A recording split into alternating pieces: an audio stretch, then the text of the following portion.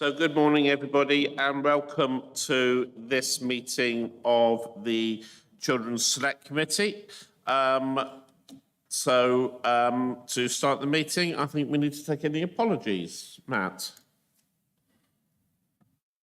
Yes, Chairman. We've had apologies from Councillors Piazza and Verbinnen, and also Councillor Mays has sent her apologies as well.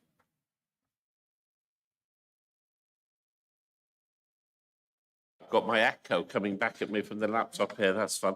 Okay, so minutes of the previous meeting have been circulated in the agenda pack. Did anybody have anything on those minutes that they wish to bring to our attention as inaccurate and needing changing? No, are you all happy that after the meeting I can sign those as a true and accurate record of what happened? Thank you. So any declarations of interest? Hello, Joe.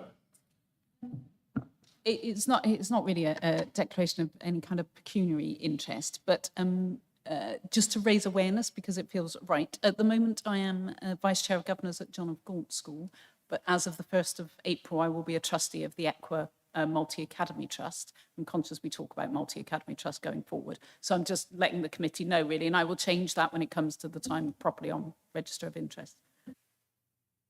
Thank you. I think it's helpful to be aware of people's, even though, as you're right, it's not a pecuniary interest, and therefore it's... okay, anybody else? Nope. Okay, so Chairman's announcements. I've got a couple of announcements to make.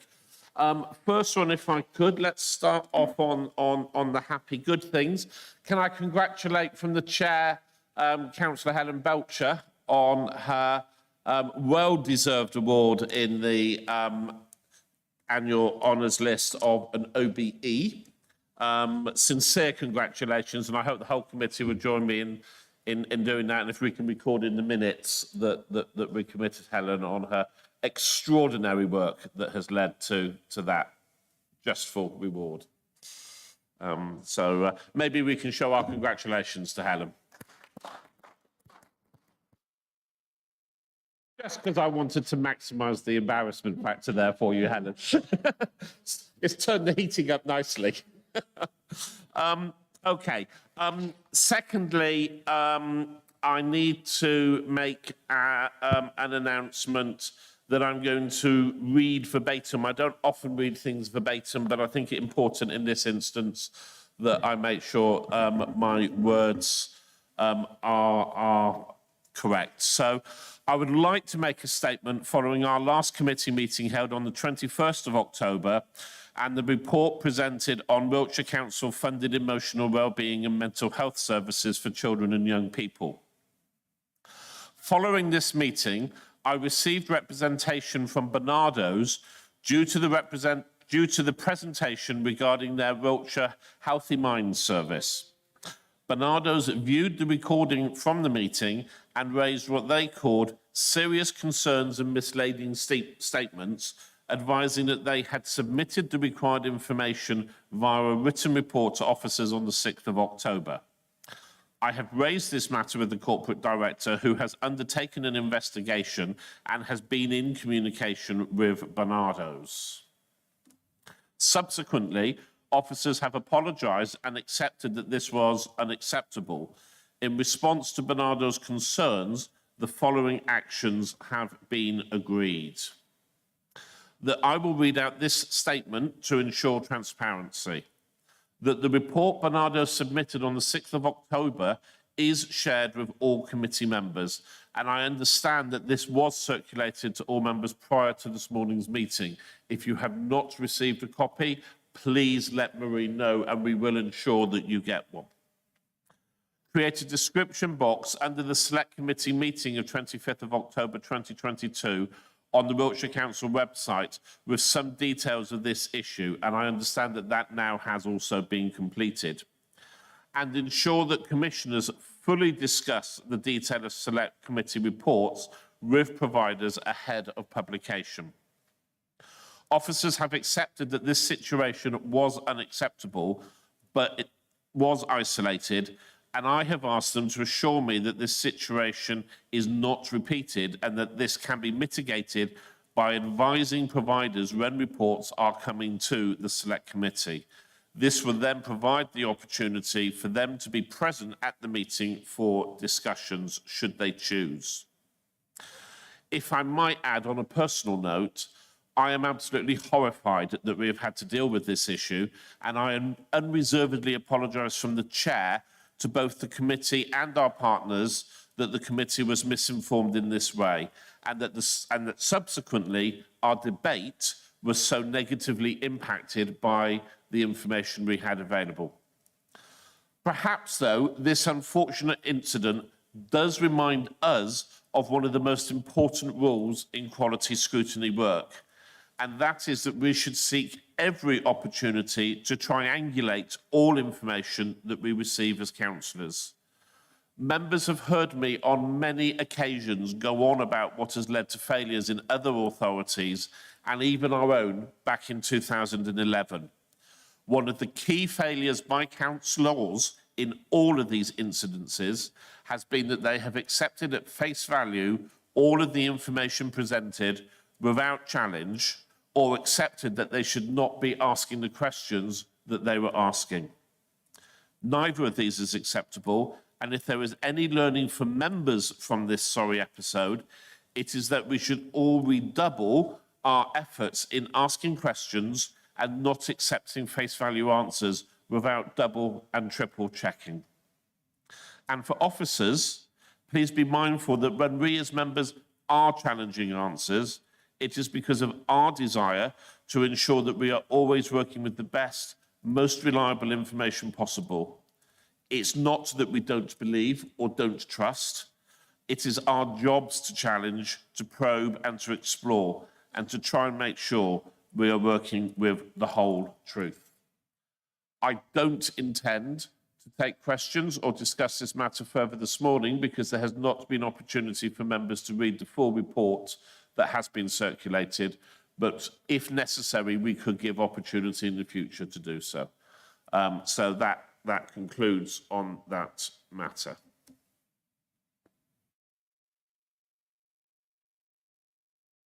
Have we got any other announcements?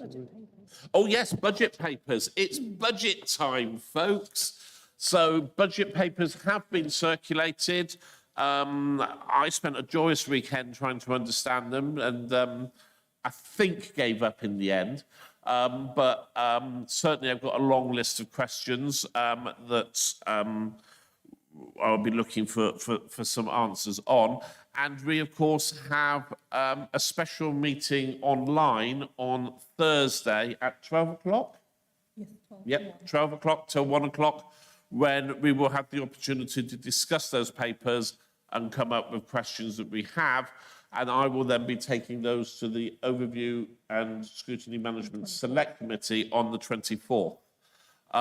It would be really helpful, if you've had the opportunity to look through the papers before Thursday and know the questions you want to ask, if you could email them to Marie. It's not an insistence on, we'll try and take notes during that meeting of what comes up, but we've got to collate all of this together and try and put it in a suitable form for the 24th. So the more you can help us, that would help. And the more questions we get, that would help as well. Because we want to make sure we've covered off and seen things that need to be seen in there. So that's it, yep. Oh, yes, it's just the joy keeps coming at the moment, doesn't it? And on the 25th of Jan, if the budget meeting wasn't enough on the 24th, Jackie and I get the pleasure of a couple of hours of the executive's time to talk about our work plan for the next year as a select committee. So now really is the time, folks. If there's things that you think we should be talking about, questions that you think we should be asking, or topics that you think we should have on our agenda, please let Jackie, myself, or Marie know before Friday, because we can then raise those with the executive and work out the best way of fitting that into the work plan. Okay, so, okay.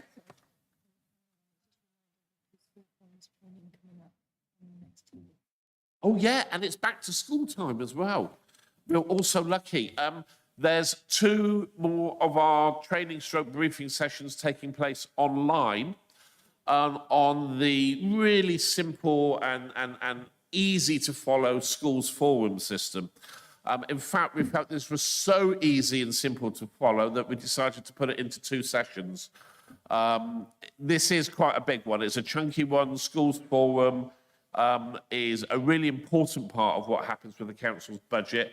Helene, where are you? It's about 400 million, isn't it? Schools forum sees go through it. Actually, more money is spent by Schools Forum than is spent in the revenue budget of the council, and technically falls under our watch. So, a couple of training sessions there for us to understand how this works and how we now get away with delegated funding that's been delegated for redelegation purposes. Have I done that enough times round, or was there another one in? So it is complex. It's well worth going along to those training sessions and finding out more about it. They'll be online and they'll be available to watch afterwards if you can't be there for them themselves, but I highly recommend them. Am I done now? Excellent, lovely. You wouldn't forget I forgot to bring my chair's note that Marie sent me with me, would you? Okay, so we move on to public participation. Do we have any public participation? No, Chairman. No. Okay. So we move on to item 6. Now, this was the subject of our briefing before the meeting today. And I do want to stress one point that Jackie was making during that, which is that the briefing we received this morning was to help councillors with background knowledge and understanding of the topic.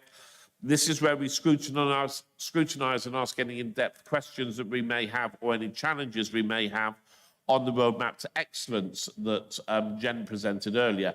So I'm going to hand over to Jen Salter, our acting interim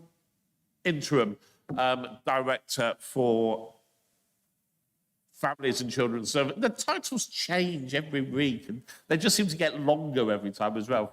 Families and Children's Services, to talk us through that, and then I'll take it to any questions. So, Jen. Thank you, Chair. Good morning, everyone. So I'm here to talk us through our ambitions as a directorate in terms of our roadmap to excellence. So what we've done is set out 6 clear strategic priorities, and then we've come up with an action plan in order to demonstrate how we will meet those priorities, which is contained within the full report. So I propose to just go through those priorities and then turn for any questions in relation to those. So our first priority, and these aren't in any particular order, is to deliver consistently good services to our children, young people and families. Our second priority is to enhance and embed the voice of children, young people and families to inform our practice development and service delivery plans. So really hear from the people we are working with and make sure that the services we're providing are meeting their needs and are effective in creating change for those children, young people.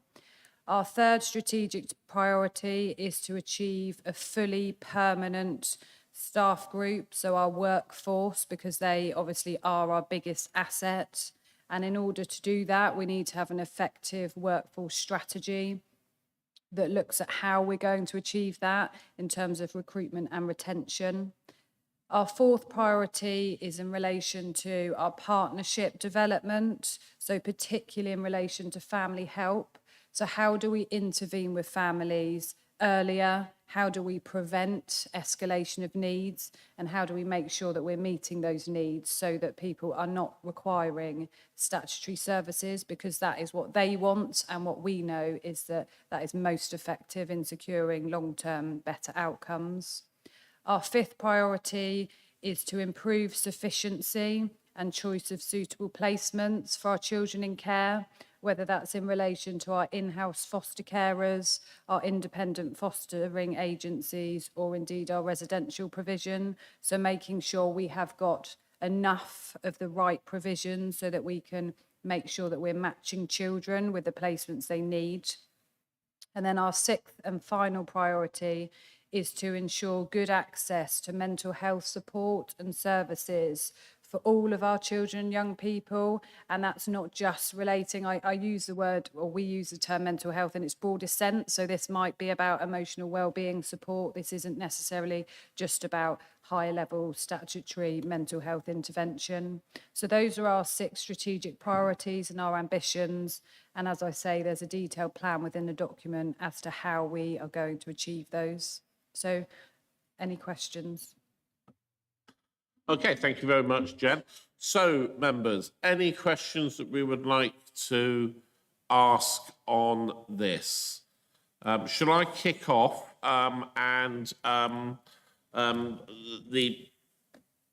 important thing about all of these strategies and these programs is that we have clear milestones and timelines along the way, so that we understand, are we achieving what we're looking to achieve? So, is there that can accompany this report a timeline of some description that gives some indication of what by that point we're hoping to have done, and how we're going to measure that success? Yes, so beneath or behind each of these priorities are service delivery plans, which talk in detail about the timeline and when these activities need to be achieved by, in reference to even SEND in terms of the improvement plan that sits behind. When we talk in this report about EHCPs, there will be a detailed plan that sits behind. So we can certainly either add some milestones into this document itself and also reference those other documents that provide a lot more detail in terms of the how and the when particularly. I think, I'm personally speaking, I think it would be helpful if either as part of the top level document or as an appendix to that top level document, there was something that gave a top level view of those. You can't go into the detail, but a high level indication. Okay, Jackie. It's all right. I was going to wait for everyone else and then come in with mine. So reading through the report, obviously great aspirations, but obviously a lot of the help that we give to families works only if we identify those families nice and early on. So I wondered how we do that. I mean, presumably through the GP referrals, if that's picked up on that, or through schooling or nursery outlets. So that was one thing that I wanted to know. In the report, I think it was 2.4, there was mention about children's homes. Tell you what, Jackie, let's take each of these separately, because I think otherwise we may not get as much of an answer as we'd hope to from them. So that, I think that's an interesting question, isn't it? How do we track down the early help? So the partnership within our Families and Children's Transformation Programme has an area of work around family help. So that is about all children who are not in receipt of statutory services, who might need to be, and making sure that agencies continue to refer into our integrated front door where there are those concerns, and that we assess those and step those out effectively out of children's social care if they're not requiring a service from us. Our early support assessment is the framework we use in terms of how other agencies will engage families around those. So there's the programme of work around family help. There's also a rigour around our front door in terms of, we've currently got the Institute of Public Care, Oxford Brookes University, working with us to evaluate the effectiveness of our front door arrangements, and that's looking at those referrals that come in where we're not deeming the family to require either a support service, which we provide as our early help offer, or a social work service. And the feedback from that verbally we've had so far is very positive, and we are due to receive a full report on that by the end of this month. Jackie, do you mind me just delving into that one a tiny bit deeper? Because, of course, we've seen the transformation in how we've delivered our children's centre services into the community model across most, I think it would be fair to say, of the county now. And I suspect a lot of the intelligence that we get on potential families in need will come through the health visitors and the work that's done at those children's centres. So have we seen any change at all, either positively or otherwise, in terms of the quality of that intelligence and the timeliness of that intelligence with the change to the more community-led model? Or community-delivered model, perhaps I should say. Yeah, so just to mention that family hubs, which people will be aware of in terms of the government initiative, that is within our family help. So when I talk about family help, that is within it, just in terms of including children's centres, health visitors, etc. But we routinely meet with these groups of people. They're integrated within our front door. So the children's centre are part of our front door, and we do handovers to them and analyse the information and the referrals that they're sending in. So there's a very strong relationship between the intelligence we receive from the children's centres as part of those front door arrangements. But there's also an early support assessment focus group that meets with all of these agencies, engaging with families to think about the cohort that aren't requiring a social care intervention, but do require an intervention, and seeing what we can learn from that in terms of themes, and also looking at the audit activity around those early support assessments so we can be sure about the quality of the assessment and planning within that space. So there is definitely a lot of forums where that intelligence is brought together. Yeah, and I just wanted to add that we've just gone out to consultation to families to ask them if they required support, how would they access it, where would they want to go, who would they speak to, and we're going to use that to inform the developments around the family hub as well. And there is some exciting work also happening with a new, it's been running for about a year, family advisory board, where we're working with parents who have experienced social care services to understand from them, what would make a difference, and support us with our service development as well.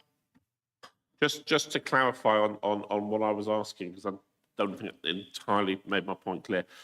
We've changed the model with how, in most of our towns in the county now, how our children's centres work, because we no longer have a children's centre. We have activities that take place in community halls or whatever. Making no judgment on that, the question I was asking is, have we noticed a change in any way since we've moved from one model to the other, in the quality of quantity of intelligence that comes back, so on and so forth? Because it's a legitimate question. We've moved away from having a 9 till 5 base that families could go to something where there's something between a few hours at different times of the week. Now, running an organisation that's sat next to a children's centre that's still there, I know that when it's actually open 9 till 5, nobody's there other than when they're running events. So I do understand that argument. But I'm just wondering whether there's been, it's been happening long enough now that we've seen, has there been, the hope for improvement, perhaps, in the intelligence that we gain from it? And well, I can't give you, statistics or data to back up, but I think overall the service has continued to develop, and the performance has, we've been satisfied with that performance of those providers. If the committee wants to see more detail, we can either provide that offline, or we could bring a report forward specifically around that activity. I was just going to add in, we know that the effectiveness of the change, i.e. more of an outreach model, so that we're really able to engage these families rather than being more reliant upon a centre that they need to turn up to, if you like. So we know that that model is more effective, but there are certainly different data sources. Gary's here, obviously, who is part of those contract meetings and gets that intelligence from the provider themselves, but we also monitor the numbers of referrals that we receive from children's centres, so we could certainly look at whether there's been a change in that in terms of the volumes, which would give us a good indication, and also the numbers of early support assessments that they undertake. We've got that information, so we can definitely provide that. Yeah, you rather sabotaged me. Because obviously at the end of the day, it isn't always about the families or the parents or the adults, it's about the children. And, when you're a small child, you've got to rely on somebody doing the right thing for you. So I think that it's something perhaps we need to talk about, John, and perhaps go into a bit more depth to see if there are gaps where there are families who aren't getting the signposting because before they went to the children's centre, now they don't know where to go, especially new families in the in our county. So the other things that I picked up on here was we on 2.4 and also 4.2, we're talking about children's homes and placements as close to home. Obviously in our briefing we had a bit of information, but we have two children's homes as far as I can make out in our county, Cannons and Aspire. So we're obviously using homes outside the county, and I know a bit further on our agenda we were talking about some other information which perhaps can come up with a bit later. But where are these children's homes? How close are they? I mean, are we just over the border, or are people having to travel long ways? That was an sort of one of the questions. And the other, Off, Jackie, All right. because only because I know that there's some work being done on children's homes at the moment that Jen will probably want to fill us in on. And of course, Aspire is not a home anymore, and Cannons isn't a traditional children's home. So do you want to come in, Jen, and perhaps very quickly give us a rundown on? So I'll just talk about what's going to be happening. Gary might, off the top of his head, be able to remember exactly how many we have in Wiltshire, but as you say, Aspire House is not a children's home, just to make that very clear, and that Cannons obviously is a respite provision for children with complex health needs and disabilities. We measure the number of children that are 20 miles from their home, so we've got that measure. I can get that up and just reference that later on in the meeting, but we are performing relatively well in terms of that measure, but clearly we still want to do better, which is why we have or are about to go out to tender for a contract for 12 places for children in children's homes within Wiltshire. So we're going out to find a provider who can provide us with those homes in Wiltshire. And we are using Aspire House as part of that tender so that a provider can use that facility, which obviously has been registered as a provision, which they can then take on the registration of it. So that is the ambition. But I don't know whether Gary, I don't mean to put Gary on the spot, knows in terms of the placements currently in Wiltshire as the head of commissioning. There is plenty of provision within Wiltshire. We've got about 66 beds available from other providers within Wiltshire. Unfortunately, the challenge we have is matching our young people at the right time. There's a vacancy in one of those homes. That's always the ongoing challenge. We do have about a quarter of our children in residential care placed within Wiltshire. The rest are placed in surrounding counties and some further afield. Hence the reason we're going out with this contract to bring more of those children and keep more of those children closer to home, close to their communities, and be able to support them locally, as Jen's outlined. Just to pick up on the point around the 20-mile radius, just to reassure all councillors that as corporate parents at our panel meetings, we do have a map specifically for above the 20-mile radius, so we know exactly where our young people are placed at any one time in terms of which authority they are in. So we do get that information. We are conscious of the 20-mile, but obviously it's based upon, as Gary has said, about safe and stable placements. We would love it to be all within 20 miles from where they are. But just to reassure you, we get reports at every meeting on where our children are. One of the things that can cause confusion for members sometimes is we talk about out-of-county placements, and then we talk about within 20 mile or outside of 20 mile placements. Of course, if you are on the edge of the county, so if you're in Purton, you're in Bassett, you're down in Mere or one of the southern parts, a child could be within 20 miles, but out of county. Which one of those do we capture? Does that make sense?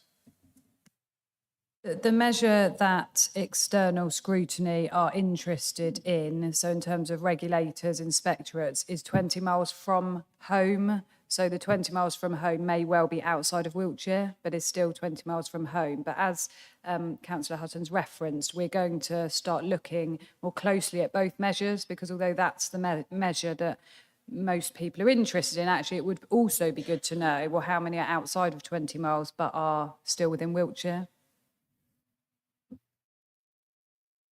I again think that's something that we as a committee ought to know more about, who these providers are, what the size of provision is. Is it 2 or 3 children, or is it all 66 beds in one place? Because this is where it's going to perhaps catch us out if there is an issue and the right things aren't being done. So we need reassurance that the right things are being done and the regulation 2044 inspections are being done and that we're happy. But presumably that's all been done through corporate parenting, but we need that reassurance. But it's our responsibility to make sure corporate parenting is doing its job. So we need to know And that. actually, in fairness, none of that was really mentioned much in the annual report, which is coming to us. So what might not be an unreasonable thing perhaps for us to look at in the future, and perhaps we can take this to the meeting we've got with the exec next week, but it might be that we bring a briefing to the committee where we actually look at what the structure is for our children in care, because you've got private providers for care homes now, you've got council provision, you've got in-county, out-county, over 20 mile, under 20 mile, and it all goes on. So I think maybe a briefing to committee might be a good way of being able to cover that off and bring us up to speed. And then we can question and interrogate what comes from corporate parenting, perhaps a little bit more robustly. So my last question, and going back to obviously Children's Home, because that report just mentions the 2 homes, which was Cannons and Aspire. So perhaps more depth needed to have been in there. But my last question was on page 38 with regard to referrals. And really it was a question of how long from when we identify that, you know, a child needs a referral as to when they get that help. And, you know, what that journey is from there. So in terms of decision-making for whether a child requires a social work intervention and an assessment, so whether that's from a family key worker within support, early help, or a social worker within statutory. So the decisions are made between 24 and 48 hours. So that decision-making, clearly for the most pressing, it's 24 hours. And for others that you need to engage partners more so to make that decision, it's 48. But in terms of once that decision has been made, we schedule a visit to the family, obviously making sure that suits the family's convenience within 5 days. So there has to be a visit within 5 days of that decision being made. And then at day 7, there's a review by the manager of how that assessment is going. There's obviously a 10, 25 or 40-day time frame applied from the outset in terms of how long that assessment might take. But at that 7-day review with the manager, after the initial visit, there's a further discussion about how long the assessment does need to last for, whether the original time set remains appropriate or whether that needs to be shortened or lengthened, and to discuss the risk and the needs of that family.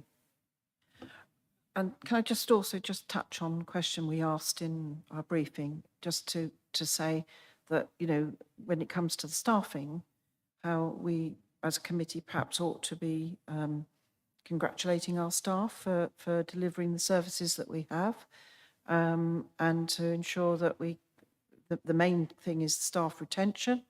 But obviously the other issue we've got at the moment is the strikes that are occurring across our county, which I believe includes our social workers. So I don't know what the impact is happening there with regard to any of our young people.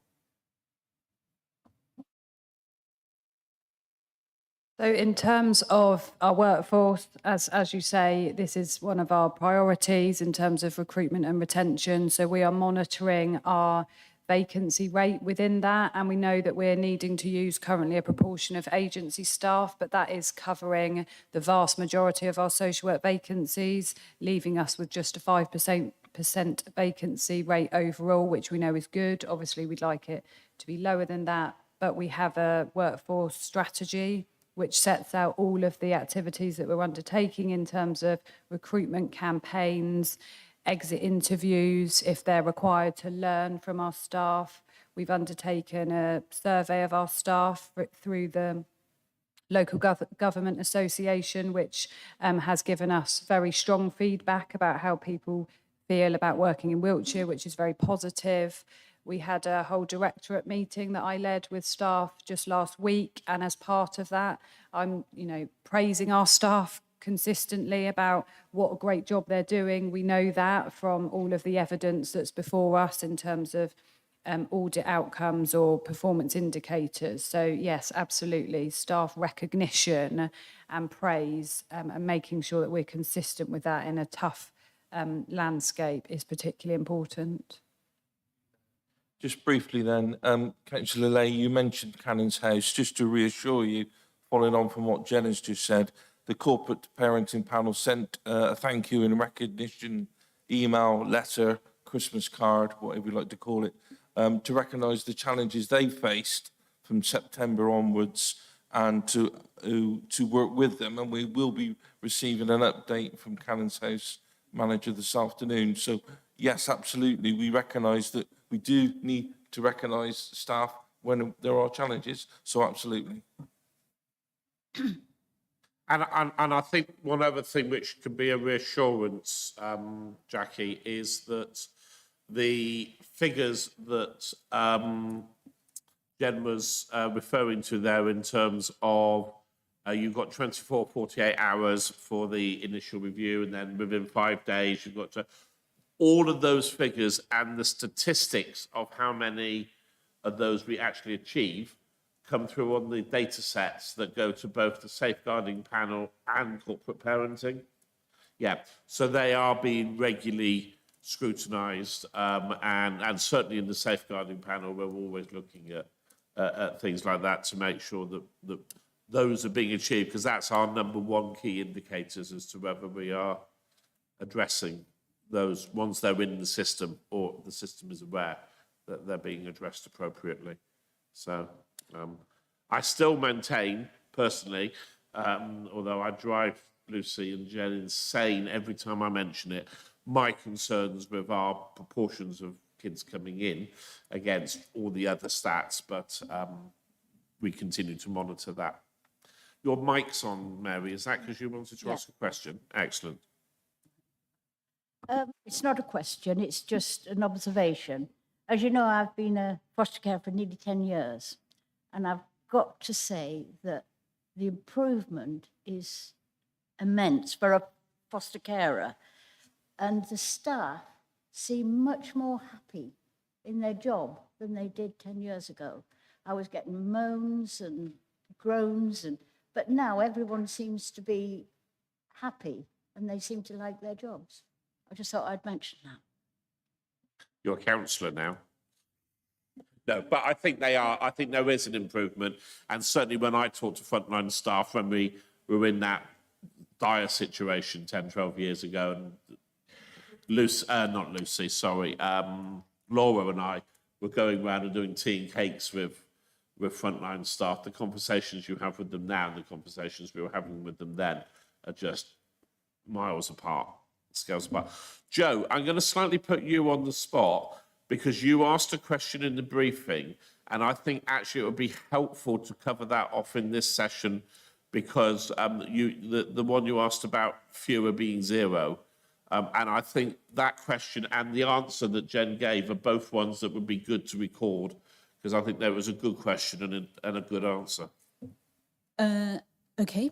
This is where I always struggle with the duplication, really. But so I asked a question where, against a couple of points on the plan, 4.5 and 4.6, we talk about looking to achieve fewer young people in unregulated and unregistered provision, and then fewer young people will be in homeless or in temporary accommodation. And the point was looking at, when is, ever appropriate to be in those situations. And actually, if we're trying to move to outstanding, that we should be looking at achieving zero. Thank you. And we agree completely with that comment that you made. So we will amend the document, and it will be that no children are in those situations. Obviously, there are occasionally and very, very exceptionally such circumstances that exist, which mean we are forced into a position where that is the only option. But when that is the case, that goes through exceptional scrutiny within the council up to the leader to endorse those plans. And obviously we have those conversations with the inspectorate in relation to those individual scenarios if they exist. Thank you. Did anyone else have anything they wanted to? I'll go to Joe, then I'll go to Mike. The only thing I was going to pick up was actually the very good point that Jackie made in the pre-briefing or asking the questions, just making sure that actually we mention where we've had external feedback, so that we wanted to mention like the Ofsted letter and things within this session, so it's captured in the minutes. Yeah, no, it's a very good point, and you were right to raise it earlier, and I reinforced it when I was summing up, which is that it's nice to triangulate that knowledge and to not only have our officers tell us that it's looking good, but the evidence from outside bodies that what we're doing is looking good, and that the work that our team is doing is clearly of a very high standard. And I think you're absolutely right. We should note that, and indeed congratulate our team that that's the observations that is being made externally to them. Mike. Thank you, Chair. I just wanted to ask a question about exit interviews. Does this council have a general policy about conducting these? Because I'm quite surprised, actually, that in a department where we have a recruitment and retention problem, that we've only just started doing these, whereas they've been standard practice for many employers for many years. So it just seems we're a bit late to catch up on doing those. Just to clarify, we haven't just started doing them, but we are making sure we learn from them in a more consistent, triangulated way with the other evidence. So as part of any leaver, there's a standard process from a HR perspective that triggers that, but also what I have done personally, as has the principal social worker, is offered to speak to these staff ourselves, which wouldn't be a standard offer, if you like, just to make sure we're really hearing the intelligence, because that's really going to be important to fully understanding the reasons why people might be leaving. We also, if we hear that people are thinking of leaving, offer a conversation. Obviously, the ideal would be to prevent that rather than learning after the event. So we are doing that. It's just the robustness of us hearing and using that intelligence to develop into our plans that we're focusing more in on. Okay, anyone else for anything else? I could certainly see during the briefing earlier on, and from some of the questions, there is a desire to understand this process and to make sure really that this roadmap to excellence is one that's followed through. So I know that there will be a general excitement from members to put themselves forward for, of course, the rapid scrutiny that we are undertaking in February on this. I think this is an important piece of work that we're looking at doing, because some of the stuff that we've been speaking about with regards to perhaps the presentation that was made and the inclusion of bits of other information in that, in terms of timelines or targets or achievements, it's very easy when it comes to us to be able to say, why isn't this here? Why isn't that there? Why isn't something else there? We have the opportunity to help shape this now. And if actually we are, as a council, going to achieve outstanding in every regard, one of the things Ofsted would look at when they come in to measure if we're outstanding or not is actually what part we as elected members play in that journey, as much as everything else. And I think we have highlighted some issues in the discussion about important factors we need to be aware of as members, and that's 98 members, not just members of this committee. So we have got the rapid scrutiny, which is due to meet in February, March, 7th and 9th. 2nd and 9th of March, there you are. We've got it. It will be online, so no need to travel into County Hall. It will be conducted by Teams. I really would like to see a few more people put themselves forward if they could. So think about yourselves or think about other members you know who may be suitable for this. And we would be really pleased to hear from you because this is an important piece of work. It's probably not one of the sort of headline-grabbing, most exciting pieces of work that we do, but it will be a really important piece of work in terms of actually helping shape the service and make sure that we're doing what we all, that's why we're here, we all want to see it achieving.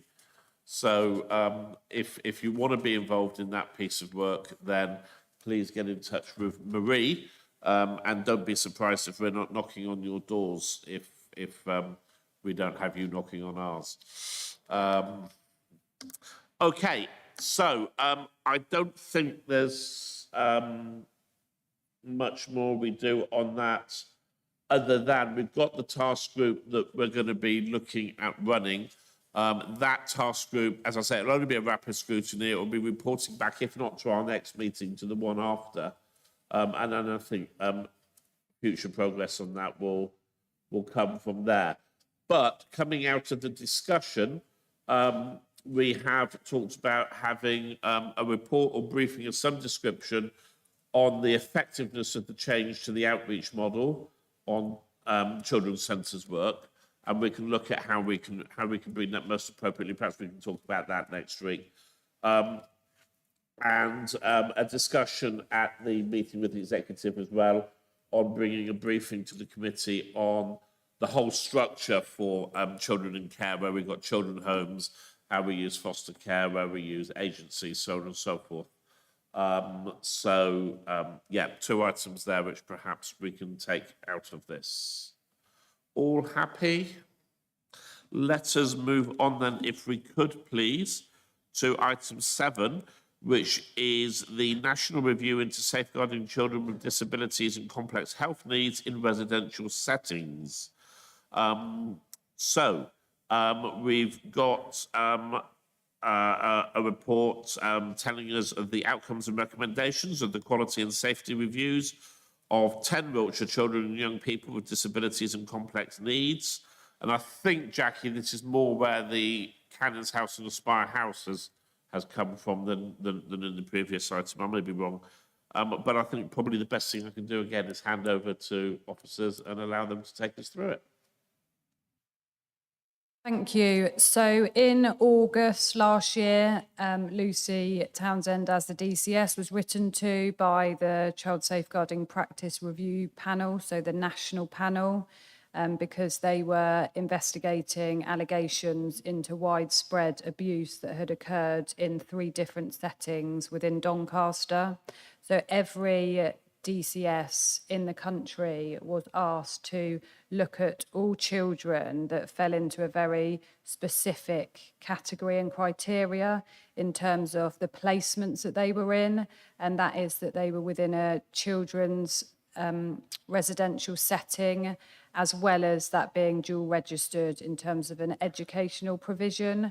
So as the chair says, in Wiltshire, that meant 10 young people that we were reviewing, and there was an extensive exercise that was multi-agency with our health colleagues as well as our SEND colleagues looking at the EHCPs to look at the practice within those provisions, and there was a very specific criteria of everything we needed to look at by way of an assessment of those individual children, and that their needs were being met and that they were receiving a good standard of care from the provision, and that our oversight of that provision and care was as it needed to be. So as you can see from the report, we've set out the findings from those reviews, and those did include additional visits to those children in their settings, as well as at home talking to their carers and their parents as well. So there were no safeguarding concerns raised as part of those assessments. So there was no practice found to be inadequate or raising concern, which is obviously, if we remember why this has been brought up in terms of recognising abusive situations that children were in. So the practice observed was good for those children. Of the criteria that was in place that we needed to check, there was, as you can see from the report, some learning in places of how we could enhance our practice, but overall that the practice for those children and from the provision was as we would expect it to be. In terms of recommendations, which I'll go to, there were some considerations for us in terms of how we can assure an even more robust approach to these children, bearing in mind that they are living at distance often, they're away from home, and therefore our interaction with them could be less. Clearly, we make sure that it isn't less. So for providers where there is a requiring improvement judgment from Ofsted, we will receive or request the Reg 44 visit of that provision, because that is the external scrutiny of that provision. That isn't currently an expectation that is put upon us in terms of how we assure ourselves around that provider, but we are going to do that because we know that that will give us much more regular assurance from an external provider in terms of that provision, and also that we will coordinate more information sharing between agencies to get the intelligence from each professional in relation to the provider, just so we're doing that on a much more routine and effective basis, so that if individuals, and it's that kind of bringing together of different people and how that collates as different intelligence, perhaps in terms of what the provision of care is like in that establishment. So there are those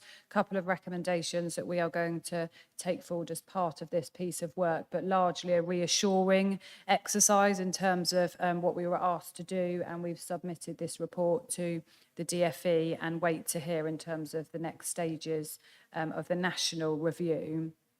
What we're also doing is we're going to extend this review. So we've made that internal decision. So we're going to look at, there are of course other cohorts of children who didn't specifically fall into this category we were asked to review, but equally could be deemed, you know, as as vulnerable because they are living at distance. They're vulnerable by nature of their complex needs and disabilities.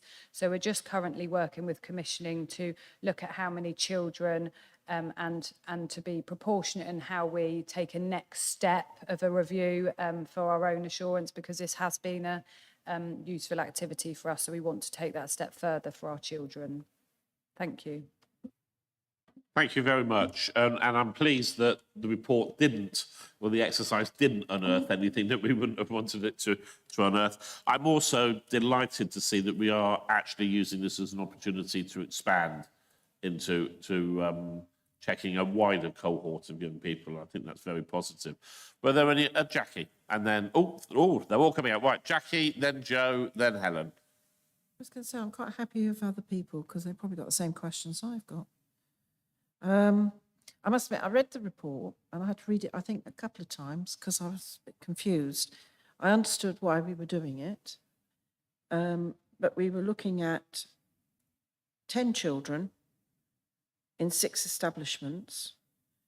So my mind immediately thought, well, they obviously aren't in Wiltshire because we didn't have 6 establishments. So I wanted to know really where they were. And also 10 to 17-year-olds. So what about our younger children? I know you were mentioning that. And also our older children, the 17 to 24s. You know, where are they? Are we looking to make sure they're safe? Because just because we've identified, or somebody's identified that the 10 to 17-year-olds were at risk, let's look at them. We should be looking at all of them. The regulation 44 inspections, I picked up as well that it was these external providers, which is good, but they're out of county, so we haven't obviously appointed them. So hopefully they're doing the right job. When I used to do the Regs 44 inspections at Cannons, which I lost count how many I did as a councillor, I found it really useful to see what was happening there. So it would be nice to know, going back, it's sort of going a bit further beyond our remit, but do these other providers allow other people from the county, i.e. our staff, to go in as well to do Reg 44 to just double check? Yes, so the main question was where are these establishments? And what about all these other children? Where are they all placed? The younger and older cohorts? I'm going to pass over to officers to answer, but I think it's really important just to stress one point on there, Jackie, which is this particular report was undertaken in response to a directive from central government for a specific cohort, which is the young people that are talked about in this report.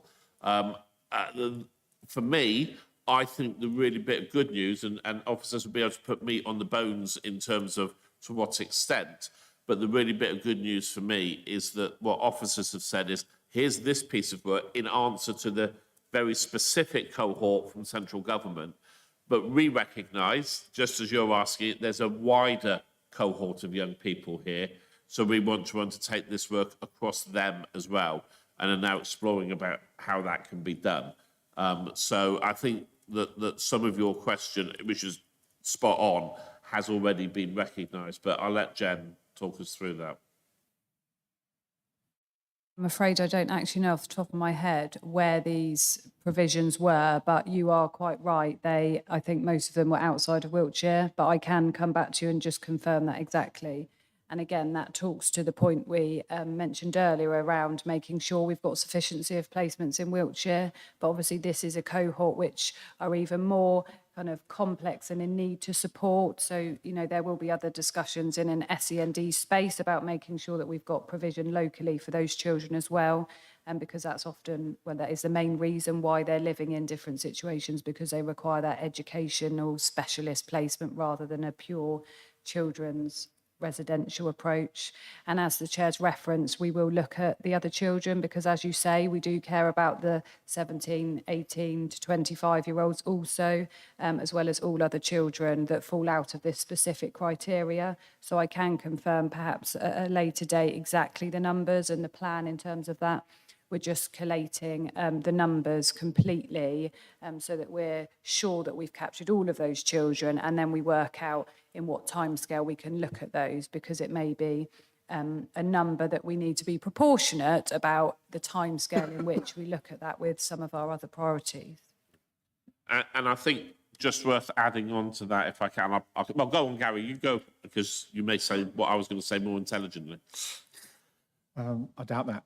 But just to reassure you as well, you talked about our ability to carry out a Reg 44 visit on providers. We have effectively an open door policy with all of those providers, so we can turn up at any time, unannounced or announced, and carry out any visits. So if we have any concerns about providers, we will just turn up on the doorstep. If we get any negative feedback from Ofsted, again, we would just turn up on the doorstep of those providers and carry out our own inspections and satisfy ourselves of the quality of the provision they're providing. And just finally on that, John will recollect from when we had the SEND task group, and we were looking at a lot of the evidence on that. One of the issues that there is that when you get into the highly complex needs that a small number of this cohort need, it's just not realistic to be able to look at providing that provision within the county, because you've only got 2 or 3 places nationwide that provide that level of care or whatever for those young people. So there will always be some of this cohort who will go out of county, unless we were lucky enough to have all of the providers who provide this almost on a national basis within our boundaries. So. And I think this report was only referring to, I think it said 10 young people, wasn't it? So you're already seeing the size of that cohort and the numbers that we're talking about. So, and I think that in every case, without wanting to sound mercenary, we'd almost always rather deal with them in county than out, if for no other reason than the cost of these placements, which gets extraordinarily high. But when it's the right thing for that child, then that's what has to be done. But it's certainly worth us being aware of what those are and keeping an eye on it. The one other thing I wanted to pick up from that on that actually that you mentioned then, Gary, was the Reg 44 visits. Actually to say, I think a really good change that's come about from the Cannons House and Aspire situation that we had is the change to our Reg 44 visits. For those who aren't aware, in the past, Reg 44 visits were carried out basically by a council officer and a elected member. And we've changed that now, and we have commissioned an outside body to undertake our Reg 44 visits for us. In my opinion, this is a giant step forward, because if nothing else, we're not inspecting ourselves. And secondly, as one of the councillors who has over the years, as has Jackie, I've not done it anywhere near as many times as Jackie, but who has conducted Reg 44 visits, whilst those visits were always interesting, they were always educational, you did actually feel way out of your depth on them because you haven't got the professional training really to be questioning things and understanding things. So I'm delighted that we've affirmed that contract for the outside provider there. But I want to add my weight to something that Peter has said before, I know, which is that we need to maintain a model where elected members can go in and actually look at and give opinion on the facilities we're providing as well, if for no other reason than the fact that for every single one of those young people that are in those facilities, we are the corporate parents and carry the responsibility for making sure that it is being done properly. And I know Peter is working on that, and I just wanted to give my support for that work that you're doing, Peter. We don't need to go into it in depth now. Just very briefly, John, totally agree with you about keeping and maintaining the council's involvement. It will be separate, and as it happens, we have the corporate parenting meeting this afternoon. The manager from Cannons House, as I said earlier, is coming, and part of his explanation to the committee will be setting out a programme of visits and how exactly councillors can still be involved with a visit to Cannons. So once we've got that information, once we've got it up and running through corporate parenting, then we can expand it to Children Select. But I totally agree with you. Thank you. Okay, did anyone... yes, Joe. I haven't gone through everyone else yet, have I, Joe? Yeah, I think there's a few people behind me with questions, yeah. Quite a few of the things I was thinking about have been discussed. So I had one very specific one on paragraph 20. So this is possibly just helping me understand the language around there. It says safeguarding concerns were raised for 4 out of 10 children. 3 of these did not then raise any concerns, which I presume is once they were kind of investigated, and evidence the safeguarding practice was robust. So can you just explain to me the concern raised, but actually then happy that it's not really a concern? So half of the assurance is that the provider recognises safeguarding concerns. So seeing that they have appropriately recognised safeguarding concerns and taken those through their internal channels of addressing those is good. And then what we've done is looked at, well, actually, have they dealt with that effectively from our perspective? So it's that, it's on that basis. Yeah. Can I just clarify the language on that paragraph? I just want to make sure I'm reading it correctly because it could be read in 2 or 3 different ways, which is, so 4 out of 10, there was something raised. 3 of those 10, they didn't raise any further concerns when looked into. And the final one, the agreement that the provider should have alerted the social worker.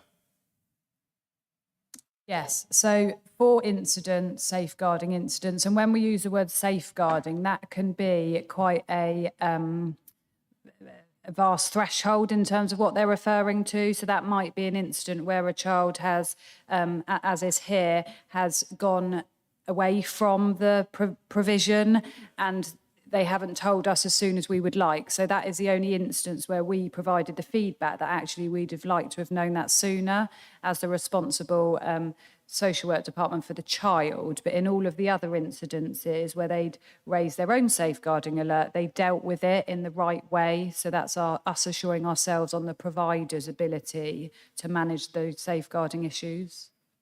So for total avoidance of doubt, 6, no problem. 3, they dealt with it internally correctly. 1, we gave them a bit of a spanking.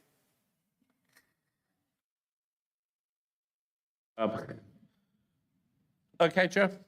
Yep. Helen? Thanks, John. Yeah, I was going to raise the same points. I'm pleased that you clarified the bit of a spanking bit. Similarly, it's appreciated. Similarly, paragraph 19, there's no real statistics around this. It's basically some were very positive and some had frustrations. Now, frustrations can, again, have a very wide interpretation. Can you expand a little bit more in terms of numbers and severity around paragraph 19, please?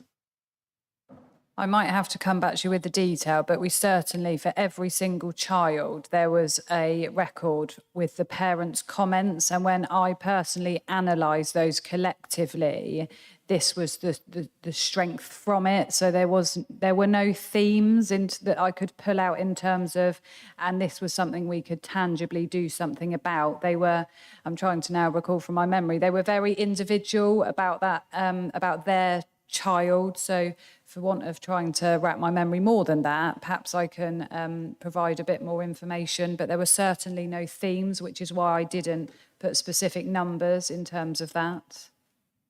But I can.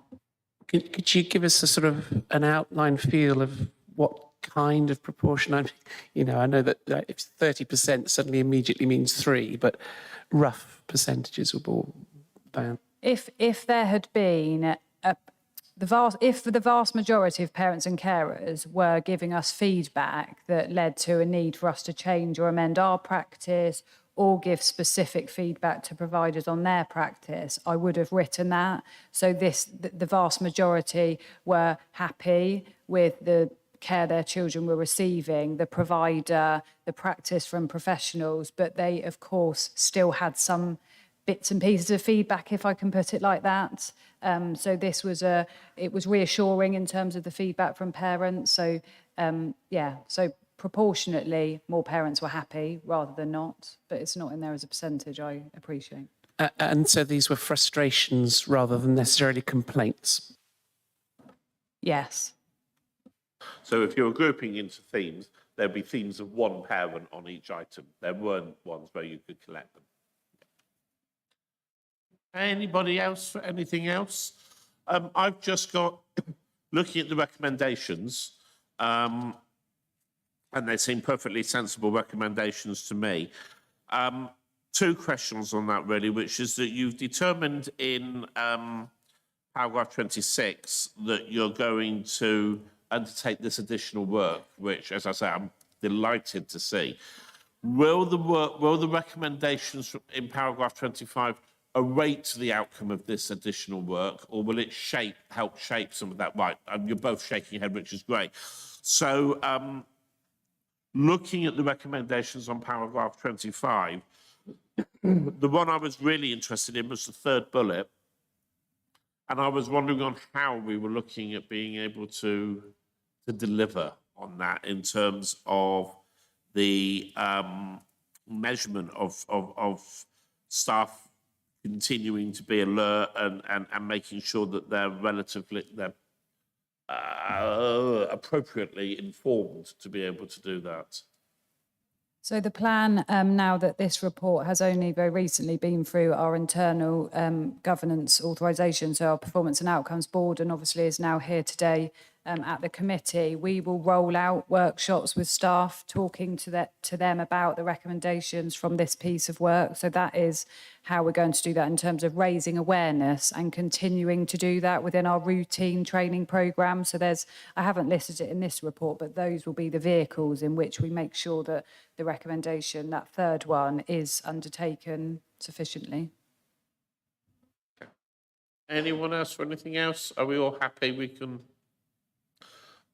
look to note this. So we probably need to look at getting some briefings back at some point in the future on progress of the widening to the wider number of young people and the implementation of the recommendations. And sorry, I'm trying to translate that second one. That's what I just said. Okay. That was council talk for what I just said, was it fine? Great. We'll come back on that when we've got some dates. It's going to take a while, I should think, for that all to be. How long did this report take to, or this process take to run through? 3 months, 2 to 3 months. Yeah. But this is for 10 children, you know, because it's obviously a multi-agency piece of assessment work. So I'm actually waiting to hear this week for the final numbers in terms of the other cohort that we can consider. And then we need to think about, depending on the size of that cohort, the prioritisation of undertaking that activity, because we want to make sure clearly it's as robust and thorough as this, but that might mean it takes a bit longer. So we just need to plan that within our other priorities. So watch this space. Yeah. No problem. Okay, let's go on then. Now our next one, Shaping the Future Programme of Schools. I'm always delighted when we get one of these in terms of prep for the meeting, because I can just turn the page and go to the next one. But I actually hate getting these things that say verbal updates, because of course it's very difficult to prepare in advance for something when you don't know what it will be. So let's find out what it will be. Shaping the Future Programme of Schools. I'll just start, Chair. The reason it's a verbal update is because we have a longer session booked in at a pre-meet, because I think there's an awful lot that Andrew will touch on here that will need a lot of exploring, and would welcome that. So it's a short presentation, but just to reassure everybody, there'll be a longer session when we can go into this in much more depth. Okay, so there should be a slide, I think, coming up. We'll give it a minute. As I said earlier, new year, same technology. If not, I can carry on my verbal update anyway. Shall I carry on and then work through? That'd be easier, wouldn't it? So Andrew Best, Head of School Effectiveness. So this comes in light of discussions I had in the summer term in terms of working with schools, looking at the future in terms of education. A few key updates, really. So obviously the publication of the white paper. Since then, in the autumn term, the schools bill's been removed. So the date that all schools need to academise or be ready to academise has been removed in terms of the system. In terms of the local authority, we are anticipating, therefore, that no registrations of interest for a local authority established MAT will now be taken forward. We've yet to receive formal confirmation of this. So as a local authority, we put in a registration of interest for an LA established MAT, but we still had no formal confirmation from the DFE or the regional directors team. As a local authority, we continue to advocate what we call the Family of Schools model in line with the Wiltshire Learning Alliance, and that's about supporting groups of maintained schools in high quality collaborative working. So it's making sure that, in essence, no school within Wiltshire gets isolated. So areas or key actions that we've taken place in terms of the autumn term. So we've developed what we call a maintained architecture strategy group for maintained schools that has representation from governance, from head teachers, from LA officers, and we have input from the regional directors team alongside with diocesan input as well at the last meeting also. So the things that we've created to support the sector, so we've created a toolkit to support schools that are looking at academisation or stronger collaborative arrangements as well. And one of the reasons behind that is we felt there's a lack of information out there in terms of some of our multi-academy trusts, what their articles and schemes of delegation are.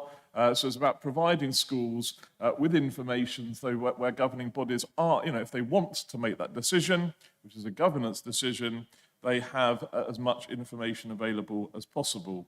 And within that context, we've also created an academy prospectus and a checklist. And we've got schools hosting academy roadshows as well. in the course of the next few weeks. We've got Academy Roadshow starting in February, and they are in different parts of the region. So we've got Academy Roadshows, and that's what our academies will present. I have an opportunity then to talk more informally to our maintained schools. So that's been a key piece of work. The other key piece of work is the development of a revised school improvement framework following dedelegation. And we've got parallel working groups that are then working with our maintained schools. And again, that's about the delivery of the school improvement through a strong school-to-school support model. And that's, again, comes back to that notion of no school being isolated and schools working in families or working together collectively around school improvement. And again, a greater emphasis on using the best practice. We've got some outstanding practice within our Wiltshire schools. In fact, we had 2 outstanding judgments recently in Wiltshire schools as well. So it's about using some of this best practice, both within the maintained sector and across the maintained schools and academies as well. And some of that comes back to that Wiltshire Alliance, Wiltshire Learning Alliance approach of collectively joint working together. Okay, the slides are coming out now, I think. And the final one, so this is only on the second slide, and last point really is that addressing underperformance. So you'll still pick that up in terms of the information in terms of our Ofsted inspections. So it's about addressing underperformance at pace, in particularly with our vulnerable schools. So that's another strategic action as well. So that's a kind of a core update really in terms of where we are, in terms of the shape in the future. I think the key context there is the schools bill being removed in the context of what we were looking at earlier in the year, which was obviously the government white paper, where we responded accordingly. So that's that. So thank you very much.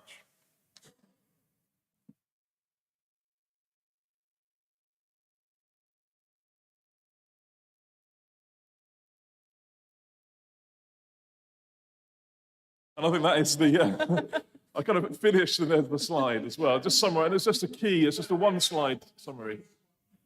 But it is a one-slide summary, really, just in terms of as way of an update. Okay, but a lot of work, and a lot of work has taken place as well. Thank you. Yeah, thank you, Chair, very much. It's always difficult, as you rightly say, Chair, when we don't know what's going to be presented, and my eyesight won't allow me to read that, unfortunately. But I'm just wondering if I could pick up, if I could, please, on the roadshows that you are planning to do with the academies. I always thought the local authority had a sort of, well, I would call personally a well-balanced approach between the maintained schools and academisation. And I thought that has served as a personal, if I may say personally, as a representative, that's served the county very well. I'm aware, as Andrew said, that the white paper has been withdrawn. I'm not altogether sure whether all the elements of the white paper have been withdrawn. Perhaps he'd be kind enough to share that a bit more with us. But I would like to say a little bit more about the direction which he seems to be taking us as far as academisation seems to be going, given that the progress of the bill has been removed in Parliament. So could you just be kind enough to explain that, please? Yeah, so in terms of our stance, there's no change. So we're supportive of our academies, we're supportive of our maintained schools. I think the key thing for our maintained schools is around that strong collaborative models. So we are supporting schools that want to strengthen collaborations that exist, with no intention of academising at this point in time, and that's part of our due diligence and our work with individual schools. At the same time, for schools that are interested, and there are schools that are interested in moving towards an academy, then it's giving an opportunity more on a regional basis, rather than as a, you know, in terms of roadshows and opportunities more informally, and it's slightly informal, having conversations with trust CEOs, rather than the feedback we were getting from schools is actually, you know, we'd actually like the opportunity to meet with a number of academies rather than having to get academy coming, you know, I suppose time and time again into individual schools. So that opportunity to be able to go to a one venue, be able to ask conversations, and it may well be that some schools actually say, well, actually, we're quite interested in taking that forward. For some schools, it's actually just about information gathering at this point in time.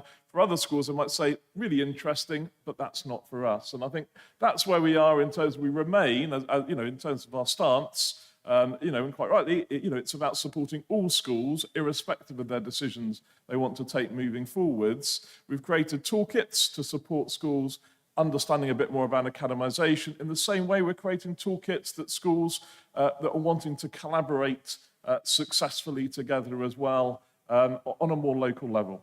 I don't know if Helene wants to add anything to that. Yeah, because if we just go back a term, John, we had the white paper saying by 2030, we had unions saying we fully support this. So we've gone from head teachers saying, okay, we need to start having conversations around when is the right time for us, to you asked where the evidence is, the white paper. The only evidence we have was the Secretary of State's announcement. We are still waiting further updates on that, and we meet with our regional colleagues every 2 weeks, and we keep asking for that. But we've now gone to, actually, we are not going to put 2030 as a date. So what we've got is a situation where heads have started to have conversations, but the white paper is not being progressed. So we want to make sure that schools are fully aware of the situation, the landscape, and they're supported with whichever decision they make. Whatever their decision is, we want to support them. All the way along, through our school improvement framework, it has said we want schools to be in control of their own destiny, because it's entirely down to the governing body to make the decision if and when it is right for them. We just want to make sure they have all the information to make the right decision at the right time for the school. So for us, to get schools in control of their own destiny, we need every school to be good or outstanding, and that's where we're putting our efforts. No, I thank you, Chair. But thank you. I think it possibly covered a bit of that, and I agree. Look at you. For schools, maintained schools, it can be very, very daunting looking at potential academisation, and some of that can depend as well on the experience and knowledge of those on their governing board and the skill set that they might have, and even in thinking that through. I suppose my question would be, what's always quite difficult as a school is knowing where to look. So I understand the kind of the roadshow approach. But are you also talking as a local authority actually of bringing together the information of all local multi-academy trusts in one place? And if that's the case, bearing in mind that I've just said that I am now will be a trustee of a multi-academy trust, but if that's now the case, how far out will you go? Because obviously, actually, there are some quite good small multi-academy trusts just outside of the local authority, and there might be some larger ones within our boundaries that are different. It's a really good question. I suppose it's how far do you go with the prospectus? We have put out information that's collected, and our trust CEO has been really good, actually, in terms of just providing some basic information and a lot of web links as well in terms of their trust. We have put that out to schools, all our schools, in terms of them being able to, I suppose, have a kind of one-fits-all, document where they can actually refer to.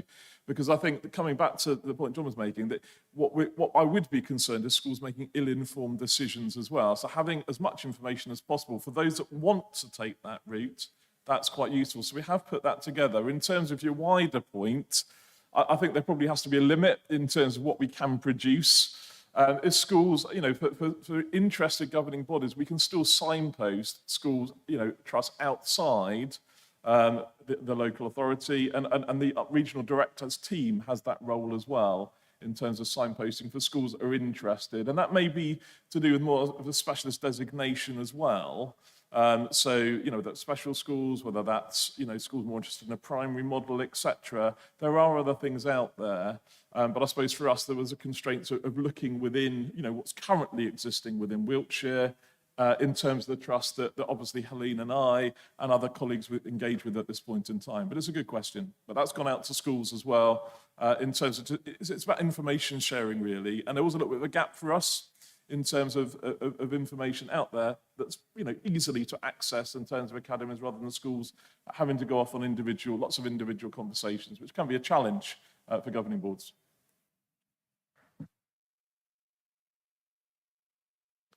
On these things, wording is everything, and sometimes we can overread stuff in. Your second bullet point there says we are anticipating that no registrations interests for LA established MATs will now be taken forward. Does that mean that if Wiltshire Council decided to continue to develop a MAT idea that the DFE, you anticipate that the DFE would decline it, or that you are assuming that that would happen and therefore you're no longer going to pursue that particular route? So we've had a verbal confirmation that the registration of interests are not being progressed. And it was only an LA established MAT. It wasn't an LA MAT. The way it would work is we would set everything up with members, trustees, and then it would be just like any other multi-academy trust. We haven't had anything confirmed in writing. So, there may be some discussions still to have there. That's the only route the LA can go down to establish a MAT. That's the only route open to us. So we are waiting for the DFE to come back and say one way or the other, and we'll act on whatever the feedback is. So we may still end up looking at establishing a MAT. Well, it's highly unlikely, but we haven't had anything confirmed in writing. And, it was a significant application we put in. We spent an awful lot of time doing this. So we are expecting to get some formal notification one way or the other. And I'm sorry, Helen, it's that's the information we have.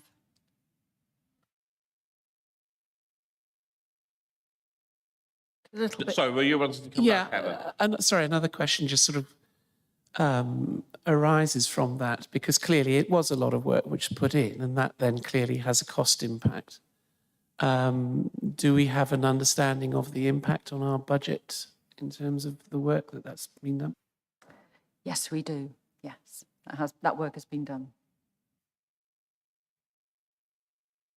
Well, it's in hours and plus it's cost. I don't have the actual cost. We're still waiting for some cost to come through, but we have pulled all of that together and we will be collating that depending on the outcome.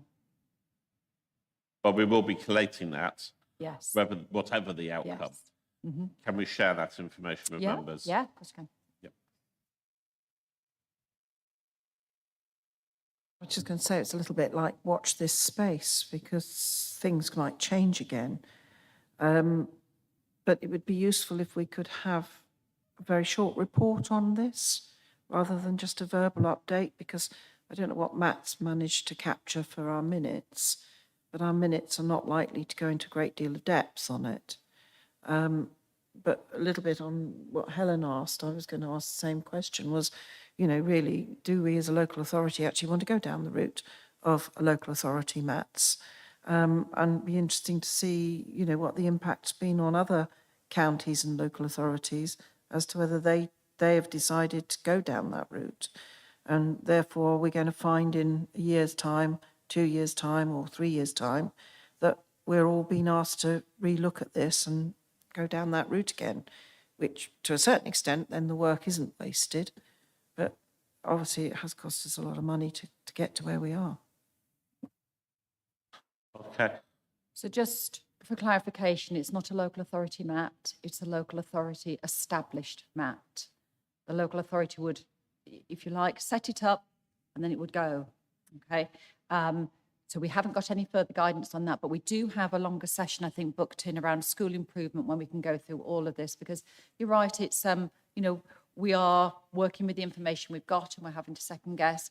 But I think, just hang on to, we're focused on every school being good or outstanding, in control of its own destiny. So that's where we were a year ago. We're still in that position, and we're just making sure everybody has that information going forward to make the right decision at the right time. And useful for us to know how many of the schools do intend to go down the route of academisation, having gone so far on this journey. So that will come forward, hopefully, for us. I think the important thing on the local authority MAT question is we've got to remember it's like everything else schools. The local authority will pay the bills, do the work, set it up, then it's taken away, and it's nothing to do with the local authority anymore. We just have to play catch up on the costs. John? That's very kind of you to invite me back, Chair. I think it's just a very minor point, if I may. It's something you said right at the beginning of this particular item. It's quite difficult to know how to respond if we don't know in advance on the sheet what it is being prepared. Although I can't read all of that personally, I can't believe it could not have been published in the papers, in the documents in time. So could I make a polite request that if we have this sort of information in the future, we could please have it in printed format in advance so we can read it for the meeting, if I could make that as a polite request. Yep, sure. I'm going to add it as to my less than subtle comment at the beginning, and I think it will. And I have to apologise for that, John. That was my fault in terms of timings and everything. So I apologise for that. And we'll make sure future.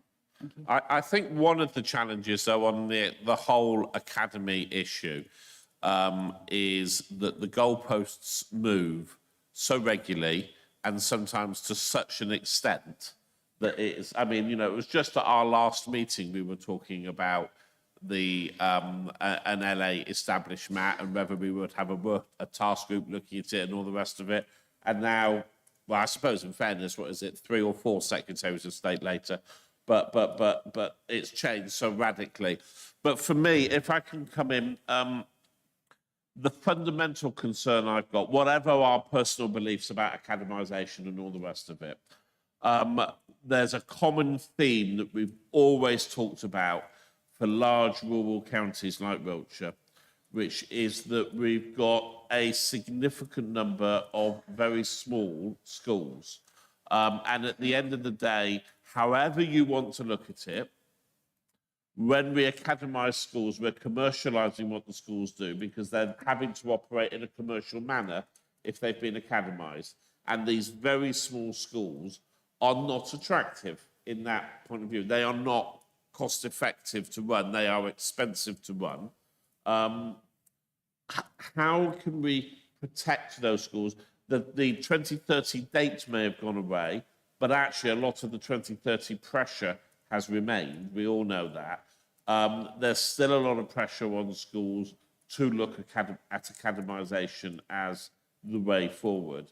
And for our very small schools that we've got around the county, what can we do to protect those, to support them, and to help keep them viable? Because the risk is, if they go into academies, they get stripped down to such an extent that they're no longer schools, they're remote classrooms, and then barely even that. And what we've got to make sure is we've got a parity of provision for all our young people across the county, and that a child living in a small village shouldn't be having a poorer quality primary education or even secondary education on the back of because they live too far from the nearest big school. I think it's a good question and it's a good challenge as well. There are some of our trusts, so it is a live conversation in terms of our multi-academy trusts. We have some trusts that have a particular interest in small and rural schools, designation as well, and have done strategic pieces of work looking at small and rural schools in the context of multi-academy trust set up as well. So that's a positive for us, and that's feedback that we're getting from individual trust CEOs. There's also a working group. My understanding is nationally there's a working group looking particularly at small and rural schools, and county areas that particularly have an area defined, in terms of rurality.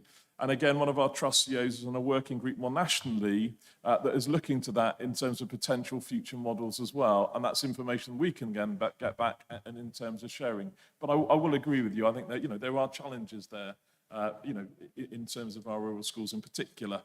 What we're not finding, I think, with from evidence so far, is that then some of those rural schools then aren't joining trusts if that is their desired wish. So that's, I suppose, the caveat at the moment as well, is we've not seen schools that have not then been able to choose potentially an academy partner that they wanted to choose because of their size. I'm sorry, John, please. Yes, just for clarification, yeah. How far have we got with engaging schools in this process? Because I have a concern they might have started to go down this pathway and now it's not going to happen. So in terms of engagement with schools, then, there's a range of forums in terms of how we're engaging schools in terms of opportunities. As we talked about the road shows, there's an opportunity where they can informally hear from Academy Trust. We've got our heads briefings, where we provide updates as well, not just around trust, but also around, high levels of collaborative work, different models as well. So, our engagement is ongoing really through our heads briefings, governors briefings. Governors are key as well. So heads briefings, governors briefings, providing those updates alongside those opportunities as well.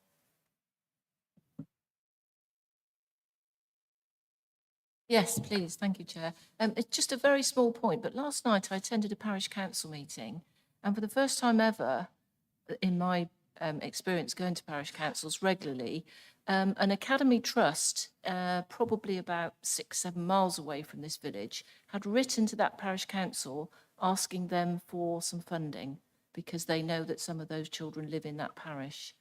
It just is, a next step, I suppose, but the parish council weren't terribly enamoured about that, to be honest. No, exactly. As I come back to the commercialisation point that I was making earlier, yes, I'm not sure where to go from that one, to be honest with you. Sums up academies, though, doesn't it? Okay, did anyone else have any questions with regards to this paper? I mean, I think that you're right, there's so much more that we'll be covering over time. For me, I think the thing that I'm really worried about is this thing about our small schools in our county and protecting those. It's protecting them as schools. I've still got friends in the teaching industry, and I was chatting, different county, ironically, but thank God, I suppose, actually, but I was chatting to one over Christmas, and they were talking about how their school, their primary school that they were teaching at or taught at, is now part of this Academy Trust, and it's gone from having a head and a deputy head and 2 other teachers to having 3 teachers and no senior management based at that school at all. And they fleetingly see management, but they don't, as teachers, they just haven't got anywhere near the same support that they had before, and they know that the quality of what they're doing isn't what they want it to be, and starved of resources and all the rest of it. And I think that that's what I'm scared of, not that our schools will close, but they will become satellites that aren't providing a quality education to our young people.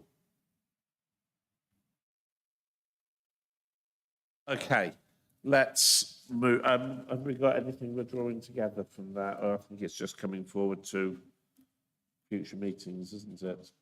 So let us move on then, if I may, to the outcome of the rapid scrutiny on high needs block funding, pages 51 to 62 of your agenda packs. And we've got the final report from the task group, which was led by Jo. So I shall hand over to Jo and ask her to talk us through this report, and then I'll throw it open for any questions. Thank you very much, Chair. Hopefully everyone's had a chance to read through the report. So I will just pick out a few things. So I will start by saying what the aim of the rapid scrutiny was, which was to review current processes and explore whether there would be value added in establishing a task group to consider options to manage the pressures on the high needs block budget whilst providing the most appropriate support at the earliest opportunity. So, it was about exploring and understanding. I have to say, it's a very complex subject. So to Marie, who wrote the report, I have to say thank you very much. We had a huge amount of information, and you can see from the number of people who attended our meetings, and myself, Catherine McDermott, who's here, and Councillor Pauline Church with a membership. But it was very complex, and it's been very well summarised. So just to skip through, again, just to explain high needs funding, supported provision for pupils and children, pupils and students with SEND from early years to age 25, and alternative provision for pre-16 pupils. who, because of exclusion, etc., and there is the other explanation there of can't receive education in mainstream classrooms. So we talked earlier of the funding that comes in under the dedicated schools grant in total, which exceeds the whole exceeds the whole council's budget. And of that dedicated schools grant, the high needs block is actually £63 million. So it is a lot of money, but it is proving to be not quite enough, which is why we end up talking about the deficit. If I skip through just to the Wiltshire picture, at the time of the meeting, there were 4,608 education, health and care plans, which represented 4% of our school-age population. So that gives you some context and understanding of the number of young people that this funding supports, and also the fact that there has been constant and significant increase in the number of those EHCPs. So if we were even to say from 2018, gone from just shy of 3,000 to last year, just under 4,600, and we're not alone in that. That is happening across the UK. It's happening across, all local authorities. There is a lot of pressure. And when we talk about the rate of request for those needs assessments, which then results in EHCP, we're talking that there were over 1,000 requests for needs assessments received in 2022. Again, that's quite significant increases in numbers we're seeing, the pressure that obviously puts on staff and on families who obviously are hoping that those requests will lead to greater support for their young people and their education. So I'm not going to cover a huge amount of detail in those pages. I skipped paragraph 19. Just going to pick out something we touched on earlier, actually, that those needs assessments have a 20-week completion timeliness is what we'd like to achieve. And Wiltshire's been struggling with that at the moment, with just under a quarter actually being performed within the timeline. National average is just under 58%. So the team knows there's some work to do because the longer that takes to get a needs assessment, the longer that young person potentially is not receiving the support they have, the more that backs up. So again, I'm going to keep, there's lots of information there, but I'm going to move to paragraph 24, 25, just to pick up that, to look at the and mitigate the high needs deficit in Wiltshire. And I will talk about the numbers in a minute, but talking about the opening of the sales school in Salisbury and the planned developments at Silverwood, which we've heard here and at other groups, are hoping that that will ease the pressure in terms of providing additional places and avoiding higher costs. So again, reducing the number of young people having to go out of area or in independent, non-maintained school placements. And we also talked about the plan to develop resource spaces in secondary schools. At the moment, they are only in primary schools, but the plan is to open some of those pilot secondary resource spaces in secondary schools from September of this year. So again, that gives more placements, more options for young people to be receiving education close to home with some specialisms, but within a mainstream setting, but still being protected from and receiving sort of special support. So we talked about understanding the costs involved in all of this. So paragraph 27, we talked that officers said that there is an exercise to establish costed provision map for each education, health and care plan was underway. So that to allow us to understand how much really that costs. And so that will give us a greater oversight of that provision in place for learner and the costs associated. So then we've talked about, and I'm not going to go into the detail, but Wiltshire Council has been underfunded in education. Everybody, I think, in this committee is well aware of that, underfunded for a long time. And are one of those authorities that are continually lobbying for that. And we continue to do that. However, there is now a series of programme of support for local authorities with deficit balances.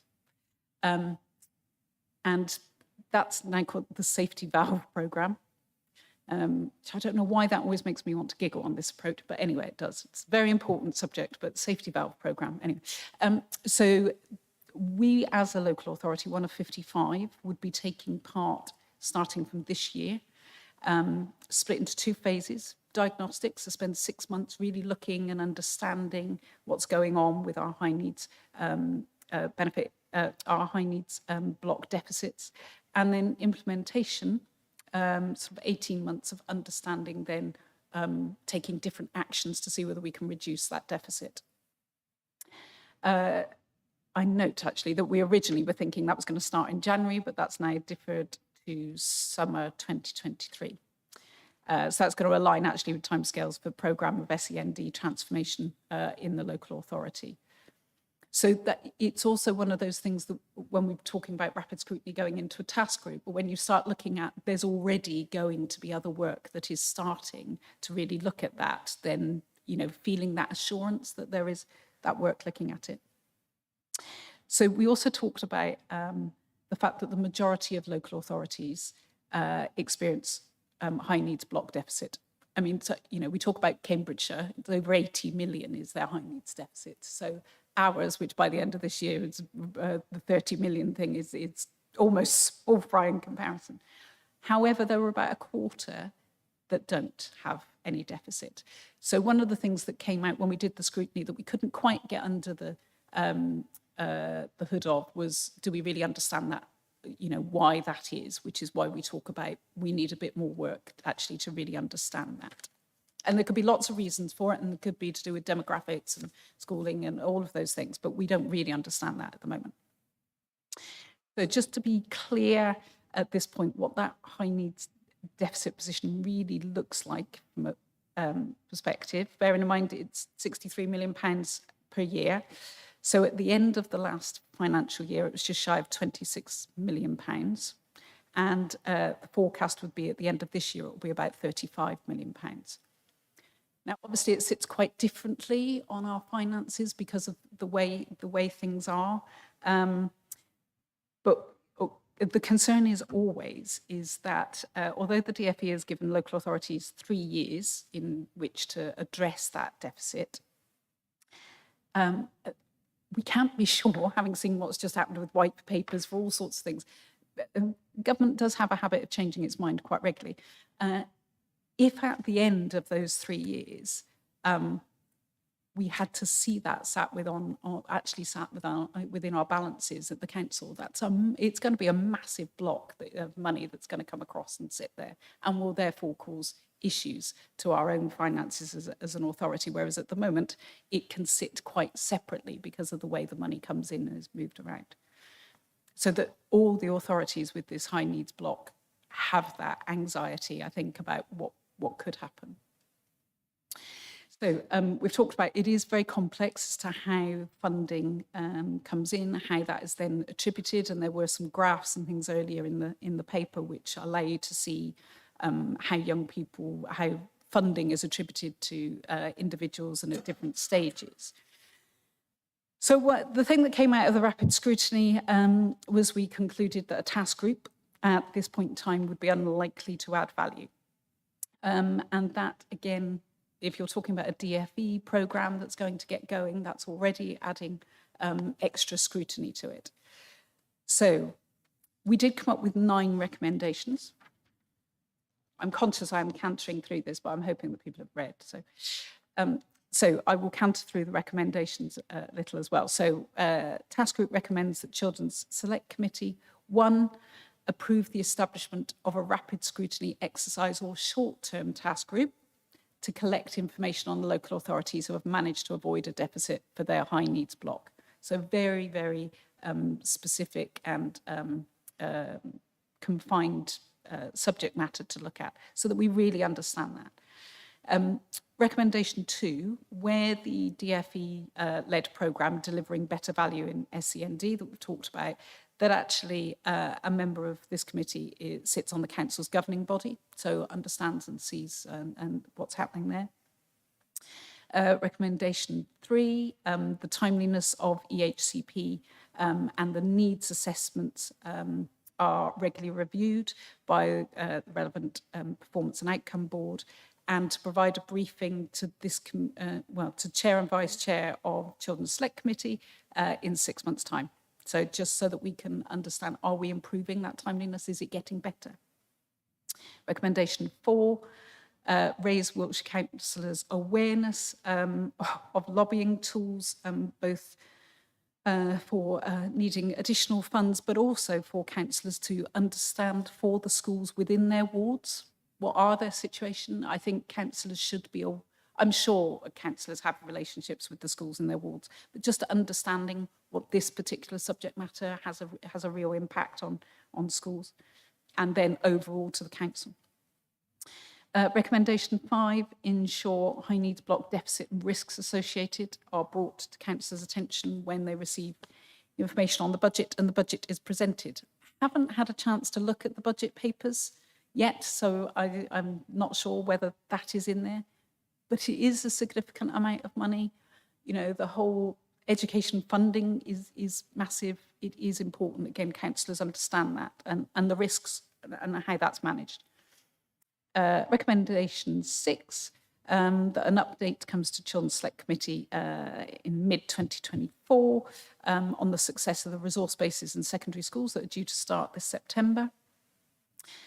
7, consider investing more officer time in the rollout of those costed provision maps, so that we might have that invest to save approach. So really understanding how those are set out. Is there an opportunity for better monitoring of impact and performance?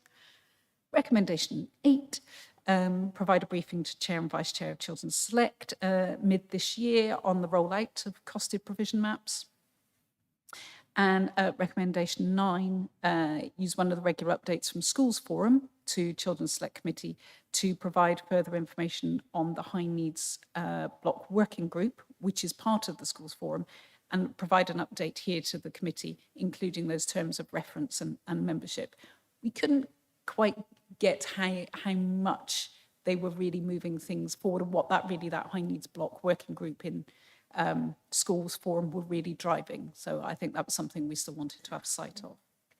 So I have cantered through a complex subject. I don't want to ask, but are there any questions? Helen's hand was going up before you'd even said it, Joe. But just as I go to Helen for question, thank you, because that was a big topic that was taken on by that task group. That was a big topic taken on by that rapid scrutiny group. And I think it's an outstanding report that's come back. We've all got questions on it, and we're all going to give you a hard time now. But that's just because it's good fun. But no, good piece of work, Helen. Yeah, thanks, John. And I agree. I think it's a very good report. So thank you, Joe, and thank you, Marie, for your hard work in putting that, as well as the others on the group. Joe, the question I have is about unmet need, because you talked originally about, in paragraphs 13 and 14, about the number of people in who've applied and the number of assessments that have been done. And I know from many years of experience that people try to get EHCPs, and it can be a real struggle even to get on the list. So I'm very aware that the recommendations, which I completely agree with, are there in terms of meeting what we know. I'm in danger of going into Donald Rumsfeld territory here, but do we have an idea of what unmet need there is across the county? Do you know, I'm going to shoulder slope this straight to the officers. Thank you. So obviously, we're talking predominantly about children, young people with education, health and care plans. There's a wider framework. The legislation encompasses SEN support. And obviously, these children, young people predominantly are in schools, and it's the school's duty to identify the needs. So we don't, you know, I perhaps another conversation about what we mean by unmet needs.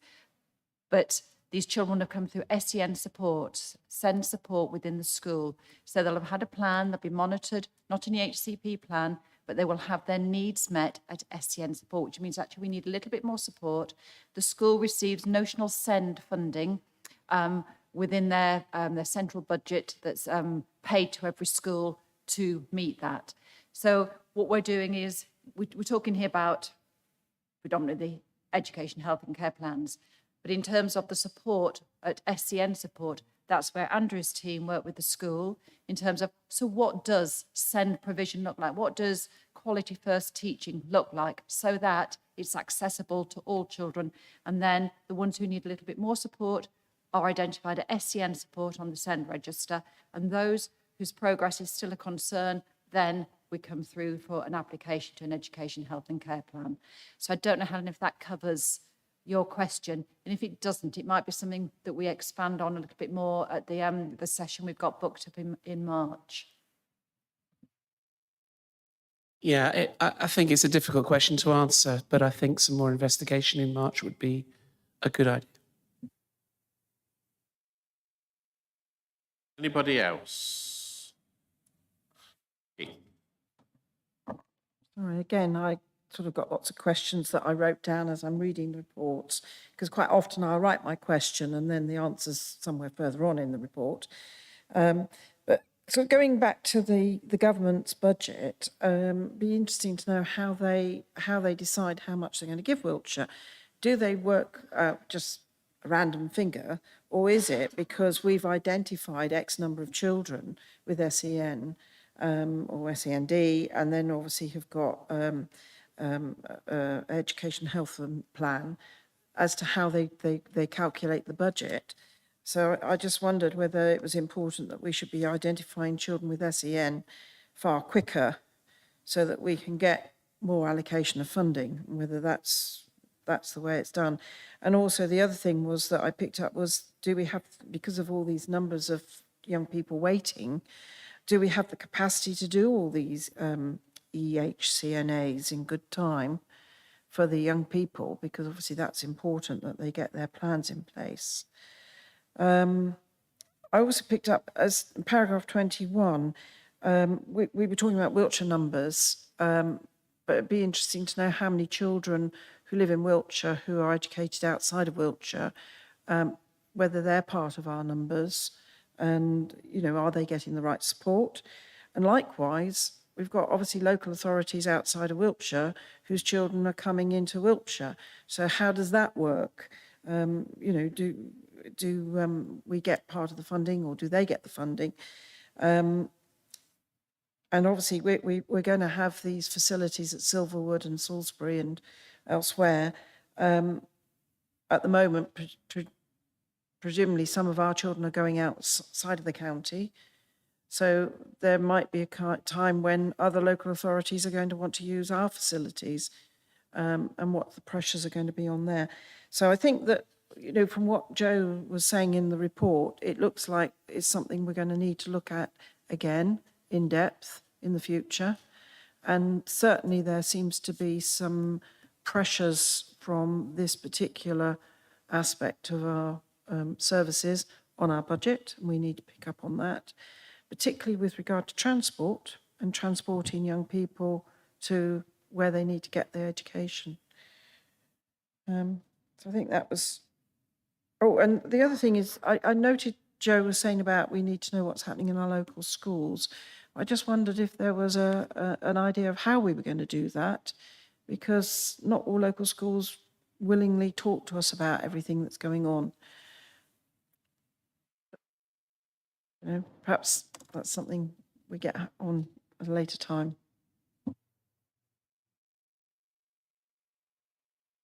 On all this, I am going to shoulder slope to who can give more detail. I can give an overview and a summary, but I'm going to fall over on some of the detail.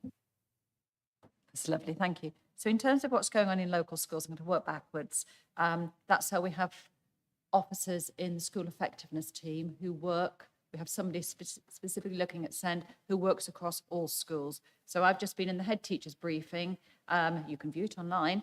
And there's a whole host of training that is offered to all schools. Now, how do we get into those schools?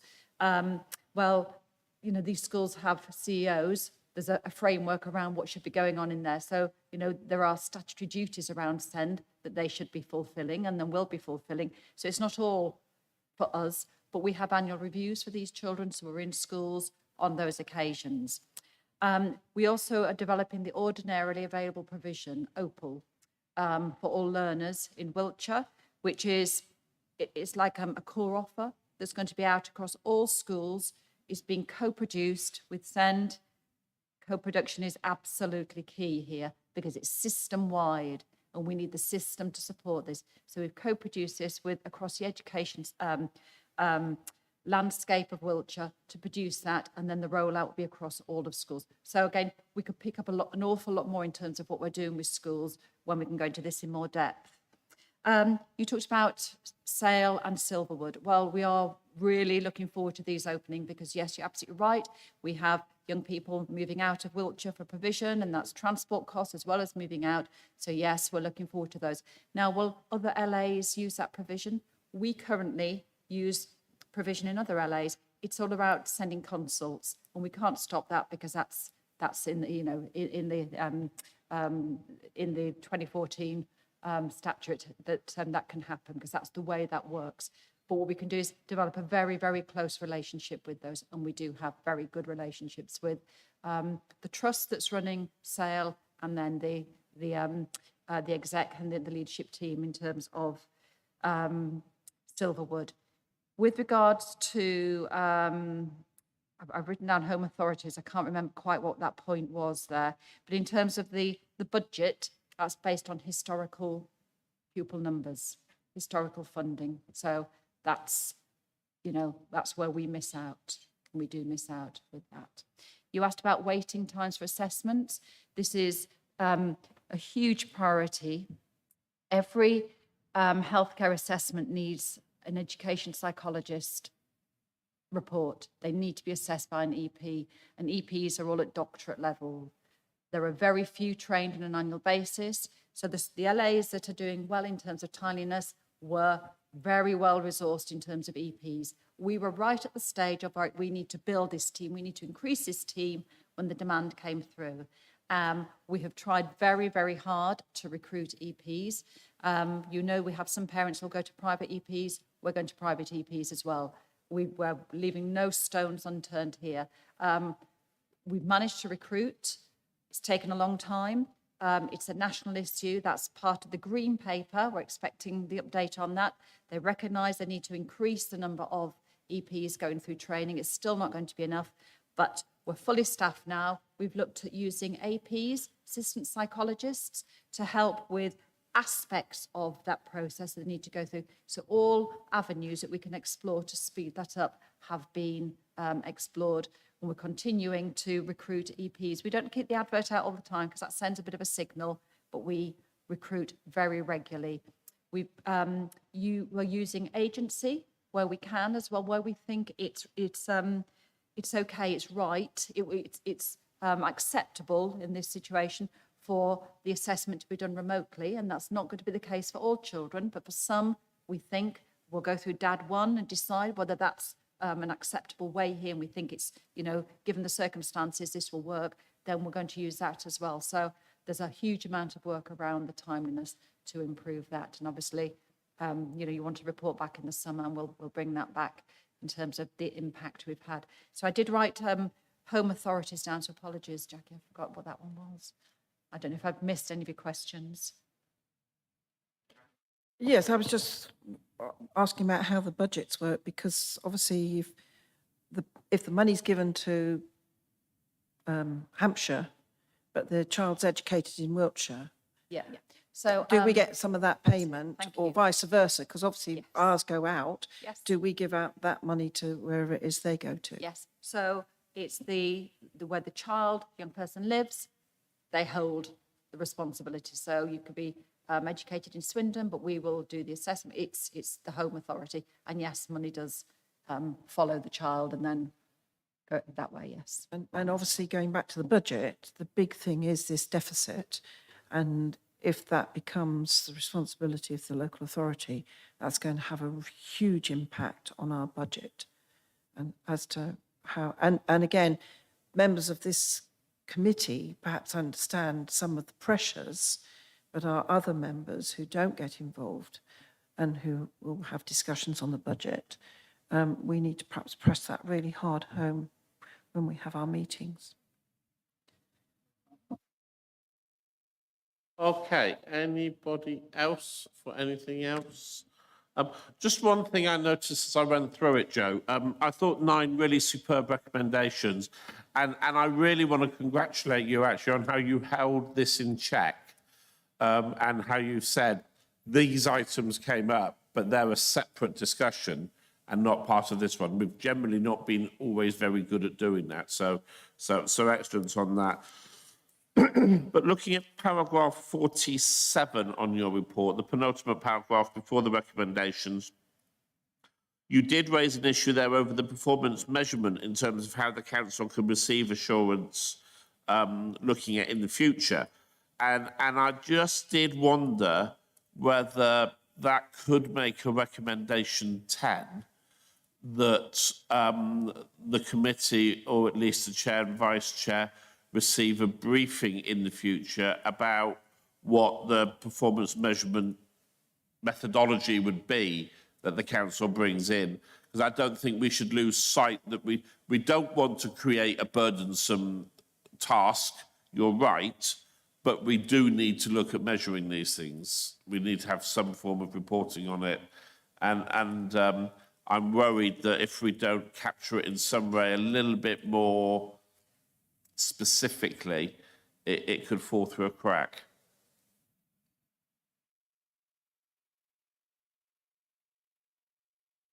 Yeah, I think the concern there was the, bearing in mind that schools will have reporting to a certain extent. It's about bringing that back, creating a different kind of report so that it all comes in as a collated issue for here. And I think that's the bit we couldn't quite see how we would be able to do that really without creating yet another reporting tool.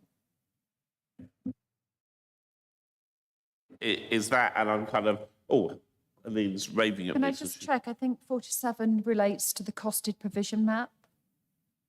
The previous paragraph, no? It's talking about all performance measures. Okay. Yeah, no, I think it's all Yes, because the fine. paragraph 7 is the recommendations 7 and 8 in order to look at provision maps. And then I thought, could be right.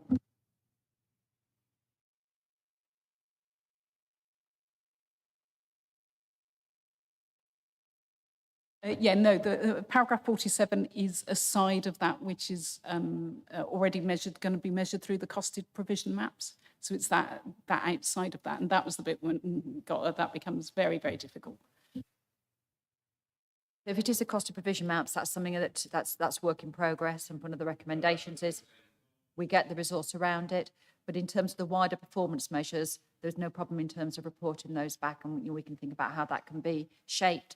And I suggest we take the session in March to share the dashboard and really pull out what this group would like to see regularly.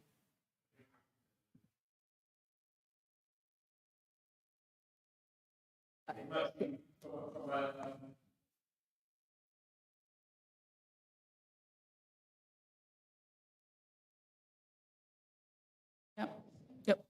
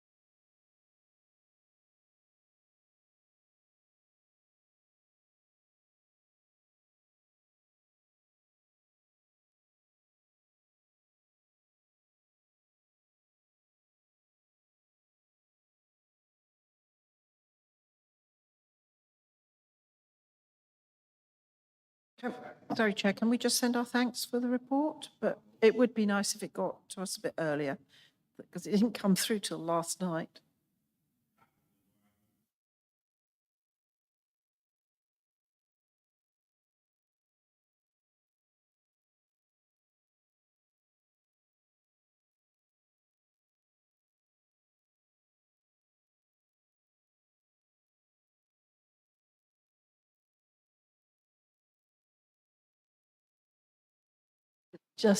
I just had trouble under the shadow youth cabinet members. There was a Word document and I couldn't open that.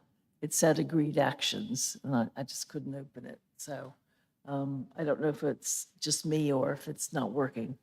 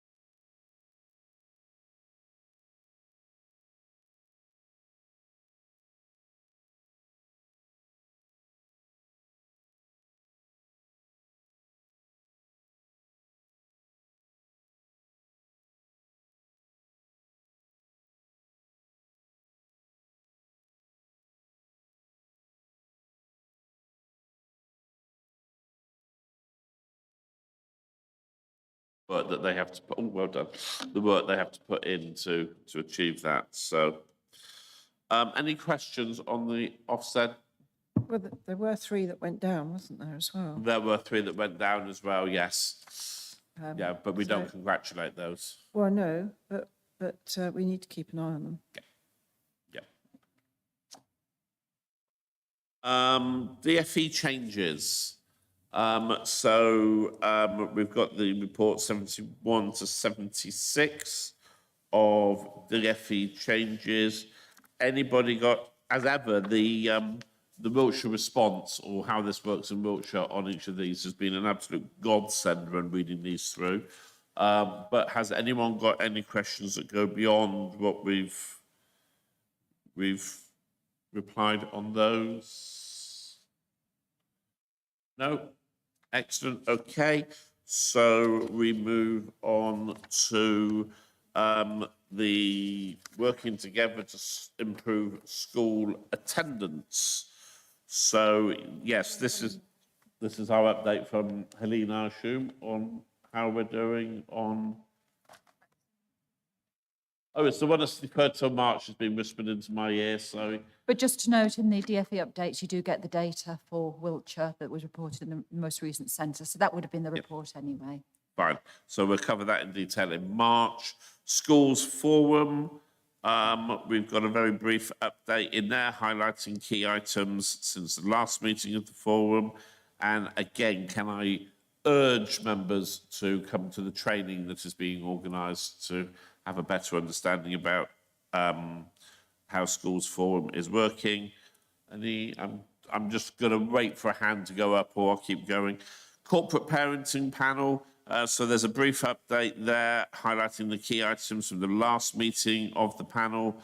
I should say also that the Standing Task Group looked at the Corporate Parenting Panel's annual report and gave some feedback on that, and that's going back through the panel, and I think you're looking at it this afternoon, aren't you?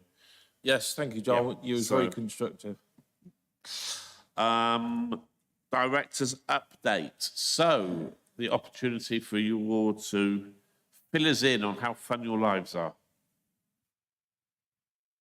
Sorry to disappoint. Just a couple from me. Jem mentioned earlier in terms of the care review. So we've undertaken a piece of work where we've gone through each of the recommendations of the care review and ascertained whether or not that would require an action from Wiltshire if the recommendation came into force, whether or not we are already doing it, and actually if we are in favour of the recommendation. I have been called to a meeting along with all the other DCSs with the Minister, so we'll get some news very shortly, I think, on the direction of travel. But that report has been prepared to bring to the next Select Committee. But what we'll add in is what the government's response have been, because it's likely to come before we get to the next committee. I just also wanted to pick up on the staffing. I know Jackie raised some questions earlier. Both Terence and myself have been in some discussions with the Department for Education, along with some other local authorities, around the use of agency social workers. I can't really say any more than that, but the department are looking at it very seriously in terms of, the rates of pay, level of experience that's required, etc. So that's positive movement. And also just wanted to pick up on a reference earlier in terms of the strikes. So actually their staff do need to inform us if they are striking, and we haven't had any social workers in children's services that have been on strike. So that is positive. But obviously I'm aware that there is ongoing issues in that space. And to end on a positive from me, we had the Corporate Peer Challenge before Christmas. We've seen the draft report, which is due any time, and obviously will be shared via Cabinet, etc. But it is extremely positive about children's services. So wait for that one. Excellent. Good news. Jen, anything you want to add? Nothing to add, probably because we've mostly covered it this morning in terms of the roadmap. Thank you. Helene? Hi, a few things to go through. Obviously, the NEU announced that we're taking strike action, 7 days of strike action. We're working internally and to look at the guidance that came up really quickly last night. It looks really helpful. I'll be sharing that with schools in terms of our next steps, but also looking internally as well, because it'll impact on some of our staff and making sure we have all the plans in place. So the impact on Wiltshire will be the 1st of Feb. It'll be the 2nd of March and then the 15th and 16th of March. So it's 3 days when it's national and then 1 day when it's southwest, and that's the 2nd of March. The Ofsted and CQC published the inspection framework for SEND, the local area SEND, end of November. And this looks at the lived experience of children, young people with SEND within Wiltshire, and it is a local area inspection, not a local authority inspection. So it's CQC, it's all partners with part of that. For the first time, this is expanded to include AP, alternative provision as well. So we're doing quite a bit of work around that. And obviously at the update, we're really keen to share our SEF with you then. Our SEND strategy runs out in 2023. So we'll be starting to develop the new strategy towards the end of this year. And that's a process of co-production, lots of consultation with families, carers, practitioners, and it's with a view that the strategy will be ready at the beginning of next year. So we're looking at an extension on the current strategy for a year to allow us that process to run through really thoroughly to make sure that everybody's voice is heard and they have the opportunity to contribute towards that. We talked about the white paper. I can't remember if I updated you last time at Family Community Learning. After being judged to require improvement, I think it's 2019, and a number of Ofsted visits during COVID, they were judged to be good and a strong good. The inspection in November, and the report was recently published and being shared, so we're delighted there. And if it's okay, Chair, I'd just like to pay tribute to a head teacher who sadly died before Christmas. Emma Russell, head teacher at Kennet Valley, sadly passed away just before Christmas. Head teacher at Kennet Valley, and those of you who know Emma, she was just a force to be reckoned with. She was so positive. Her passion was her school, the community. Whenever the local authority asked for people to work with, volunteers, to come and challenge, support, Emma was always there. So not just a loss to the school, and obviously to her family, but to Wiltshire as a whole. And, you know, her legacy lives on in lots of the work that we are sharing now. But I just wanted to pay my tributes to her. Thank you. Thank you for that, Helene. And I'm sure the whole committee joins in passing our condolences to her and to her family. Okay, moving on, cabinet members and portfolio updates. Well, obviously Laura isn't with us today. Peter, did you have anything to? Just very briefly then, Chairman, we talked earlier about recognition, so just 2 points of recognition. Members may recall we had a visit from Mark Riddell in October. We had the letter from that visit in late mid-December, and it was very positive of everything to do with corporate parenting and other services. And I just wanted to recognise that we did receive the letter and it was very positive. And the other positive outcome, just prior to Christmas, we had 2 events in the atrium in County Hall for our young people to celebrate Christmas parties. I just wanted to personally thank all the officers who attended and organised. They were well supported with well over 50 young children at both events. And Father Christmas did arrive at County Hall. So thank you very much. I was going to make a sarcastic comment about Father Christmas, but Suzanne, anything from SEND? Yes, just a couple, thank you.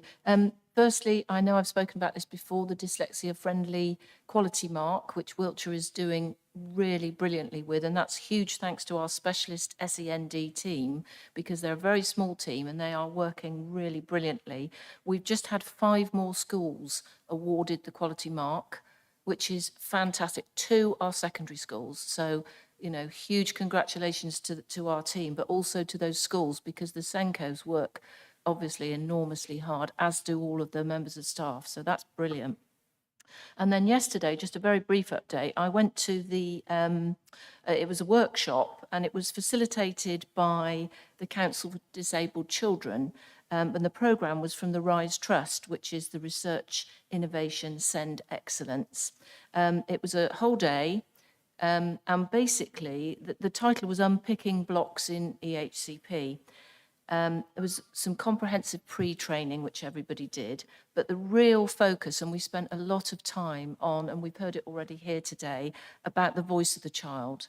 And it really was the real detail of how the voice of the child can be put on the one-page profile that then forms the beginning of the process. And I just want to share with you one small example that was given. And for us, those of us in here who aren't professionals in this field, I thought this was just completely enlightening. One little girl, when was asked what would she like to be when she grew up, she said a butterfly. And initially you think, oh, how sweet. But actually, when that was really delved into, this was a little girl who had one-to-one support, and everywhere she went, she had this person with her. And she wanted to go with her friends and do all the other things that they did. And this was obviously, the butterfly was being able to just fly off on her own, have some independence. And, so it was a really important feature of that one-page report, albeit initially we might think, that's a funny thing to put, but it really was important. So there was those sorts of conversations taking place, because I think once the one-page report is so focused on the child and it is the child's voice, that forms a really brilliant sort of start. There was lots of frank and honest discussions, lots of challenges that everybody knows in terms of capacity and so on. There were not only our own Wiltshire Council staff, but we had lots of our partner agencies there, Health and Wiltshire Parent Carer Council, lots of others. Lots of feedback to each other, some of which very minor, but the impact it can have when everybody's on the same page was really important.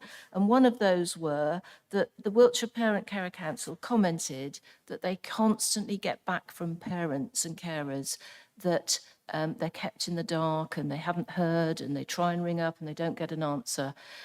And then when it came to the teams talking through this problem, they were saying that every single day they listened to all of the messages left, and within that day or the following day, those calls will receive an answer back. So the obvious thing is these parents are making calls, I'm sure, but they're not perhaps leaving messages. It might be a very silly thing, but it's something that these people now can go back and talk to the parents and ensure. But we all appreciated that for some people, it's very difficult when you're perhaps on a phone, and you might be distressed, and it's, you know, press 1 for this and 2 for that and all the rest of it, and they may just hang up because they're, you know, a little bit stressed over the whole process. So there was discussion around all these sorts of things as well. But I think the main thing right throughout the whole day was communication, both within our teams and our partners, but also overriding with the parents so that they are a part of the whole process.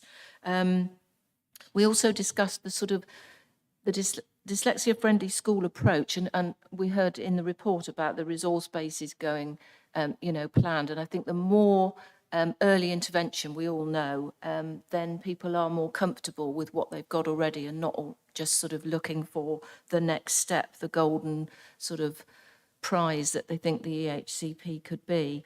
But it was a really, really good day, and the Council for Disabled Children will produce a you know, feedback for everybody, and I think there will be some learning in there, but it was a super day. So thank you very much. Brilliant. Thank you, Suzanne. Isn't it wonderful when we hear about how these things sort of come together?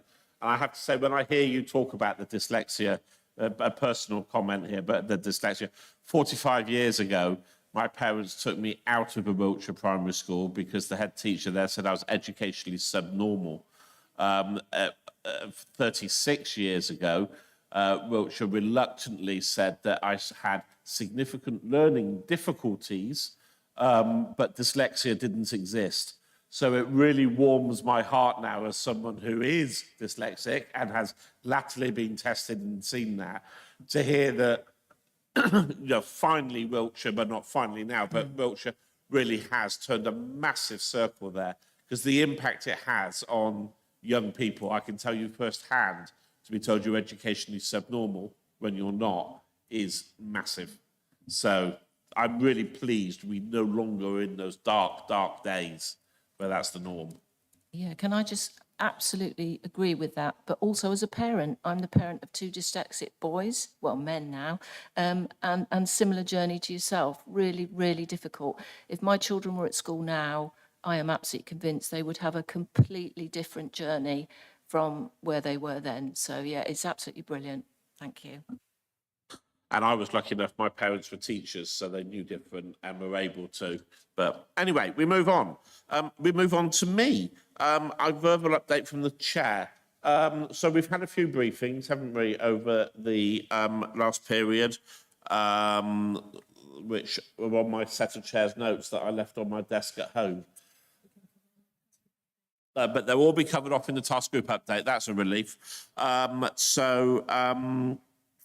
But beyond that, I don't think that there's anything particular to report, other than it was interesting to see the response of the unions. And one of my LGA roles that I have nowadays is I sit on the NEOST committee.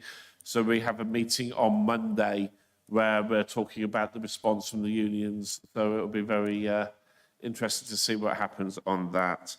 Overview and scrutiny activities.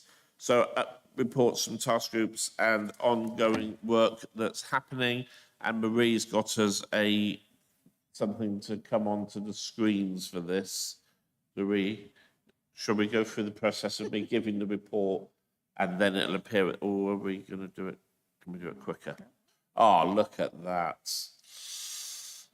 Matt's bug. Right, okay. So our update on what's happening on our various task groups. Apologies that this is on the screen and not in your packs, but we just didn't get it all completed in time. So task group number 1, traded services. This is a standing task, the standing task group. Issue number 1, 5th of January, straight back from Christmas, we looked at trading services. Unfortunately, I wasn't at that meeting. I was working in London. So, Marie, do you want to give us any highlights from that might be needed?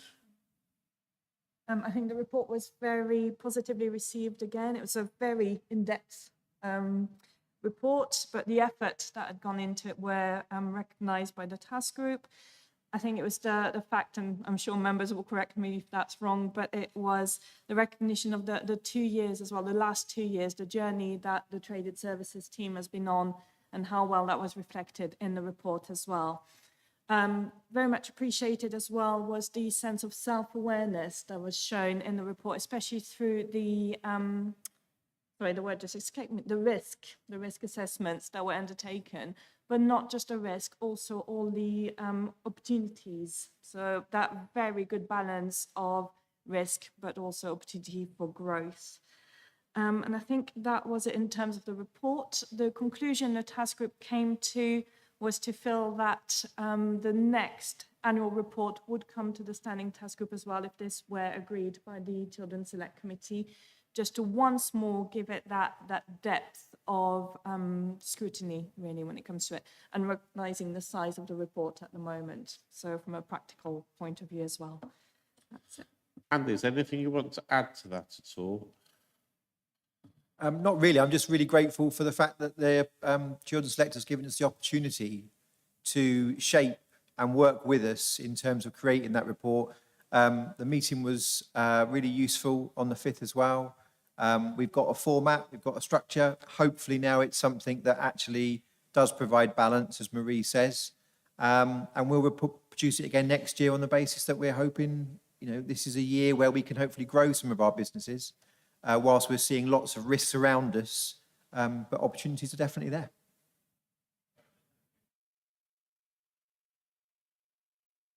Any members who are present who want to add to any of that, or John? Just to back that up, if I may, I mean, it really was an extremely good report. And as I say, I continue to, as Marie said, to thank all those involved, Paul and all his staff, Ruth and Ruth. An incredible amount of work. Tremendous, and I'm just hoping that it will go from strength to strength, which it should do. Lovely, thank you very much. Okay, so we move on to the meeting on the 10th of January, where we looked at the annual corporate parenting report. Thank you, Peter, for bringing that along and presenting that to us. I think that on the whole there was a consensus that the report was good and satisfied us that corporate parenting were doing their jobs. I think just the one thing on there, members also suggested in future it would be helpful to have a one-page overview of key figures or facts, if possible, in an infographic format, just to make the information easier to access and ensure that it's easier for the public to have an awareness of the work that is going on. And I suspect most members of the public wouldn't have a clue how many children in care there are, et cetera, et cetera. So I think that would be worthwhile. Anything you want to add to that, Peter? Just very briefly, Chair, just to say again, thank you for the positive feedback that we got, and we continue to make sure that the annual report is reflective of the work and also of our wonderful young children. But yes, we note all the comments that were made. Thank you. And then the Adoption Rest Joint Scrutiny Panel has had no additional... Oh, sorry, Helen, my apologies. Yeah, just on the corporate parenting reports, just to please, can we note that, can we give more than 24 hours, well, 15 hours to read the report before we get to scrutiny?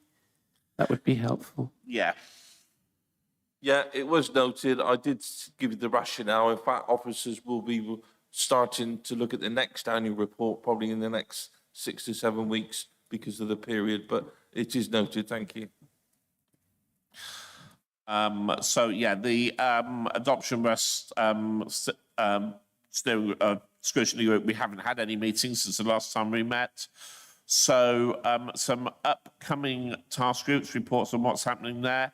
The Mental Health for Children and Young People task group, we still have 2 vacancies on that task group. So currently the membership is Councillor Caroline Corbyn, Joe Trigg and Mark Verbinnen.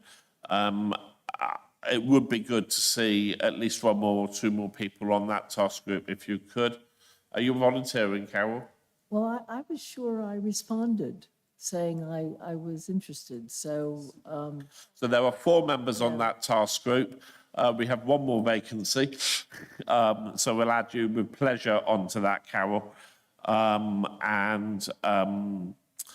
If anyone's wondering, by the way, why I'm not sitting on that, because I go on about it all the time, it's only because I'm so involved in running an organisation, delivering it. I really think I need to maintain that distance from it so that it can properly explore everything and not just look at Team Talk.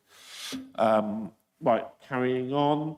So our youth provision and youth service funding, our membership for this task group, Helen Belcher, Joe Trigg, Ian Wallace, Mark Verbinnen and Jack Oatley.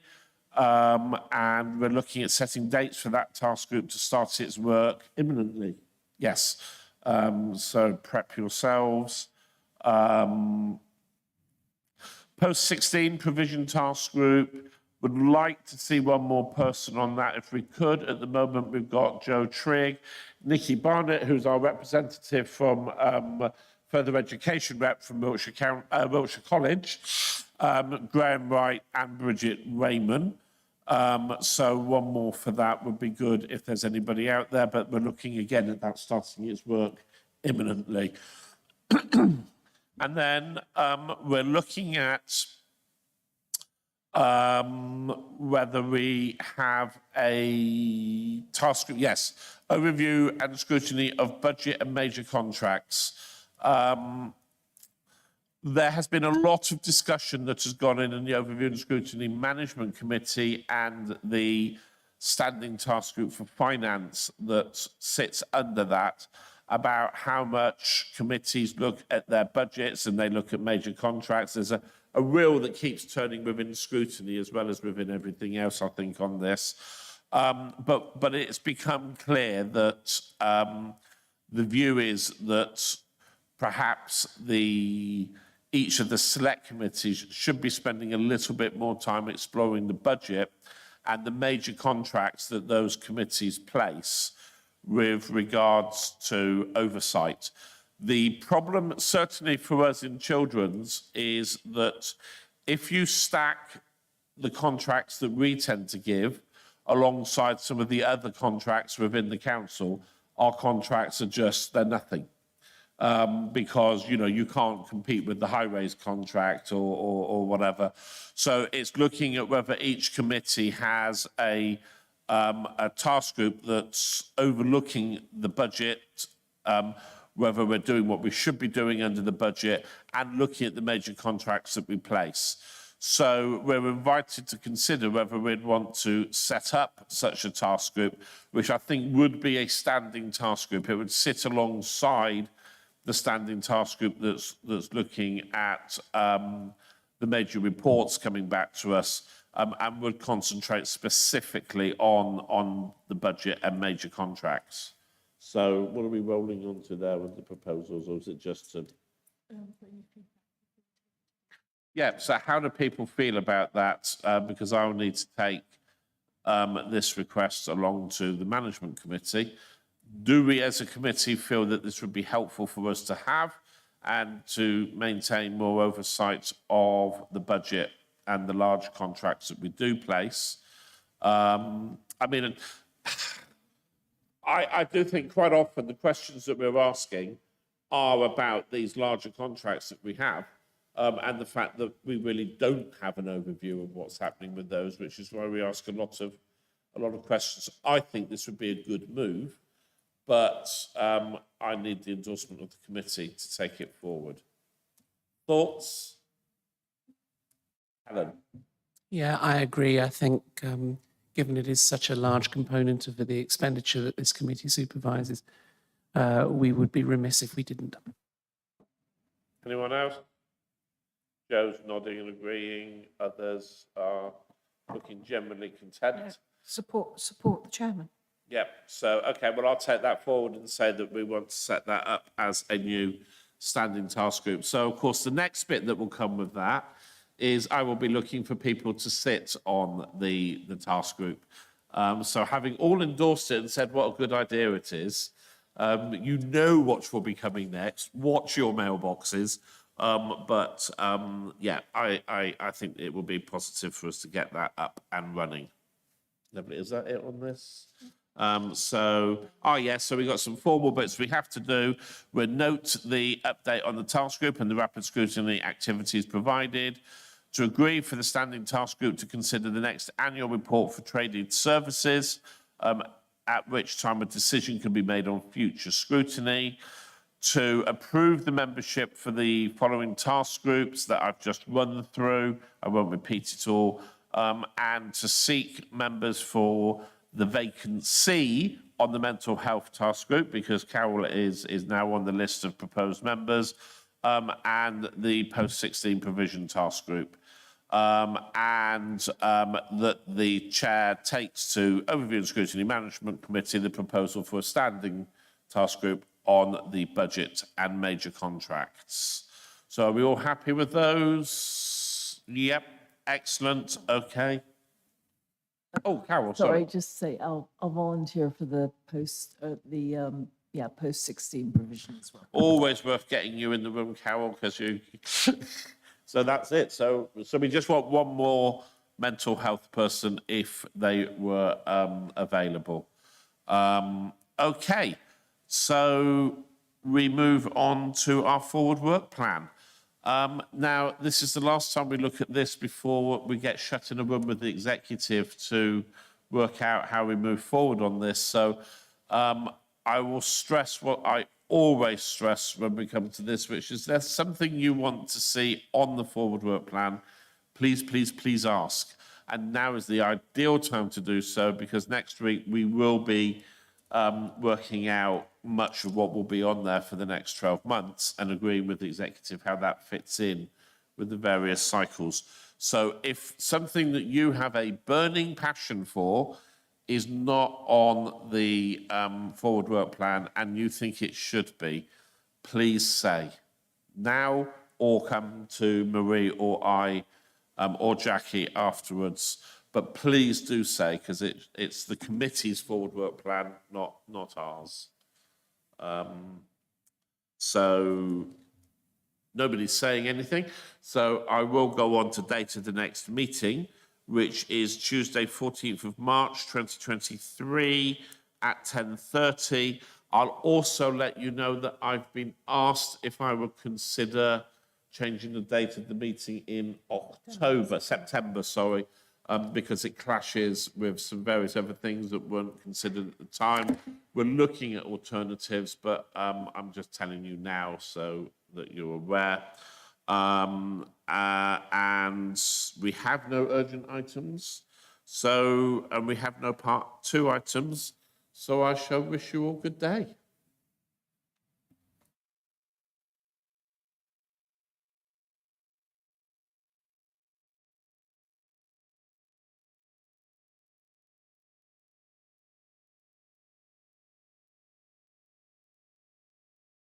I said there were no urgent items, but it's just come up on my phone that Ken Bruce is leaving Radio 2.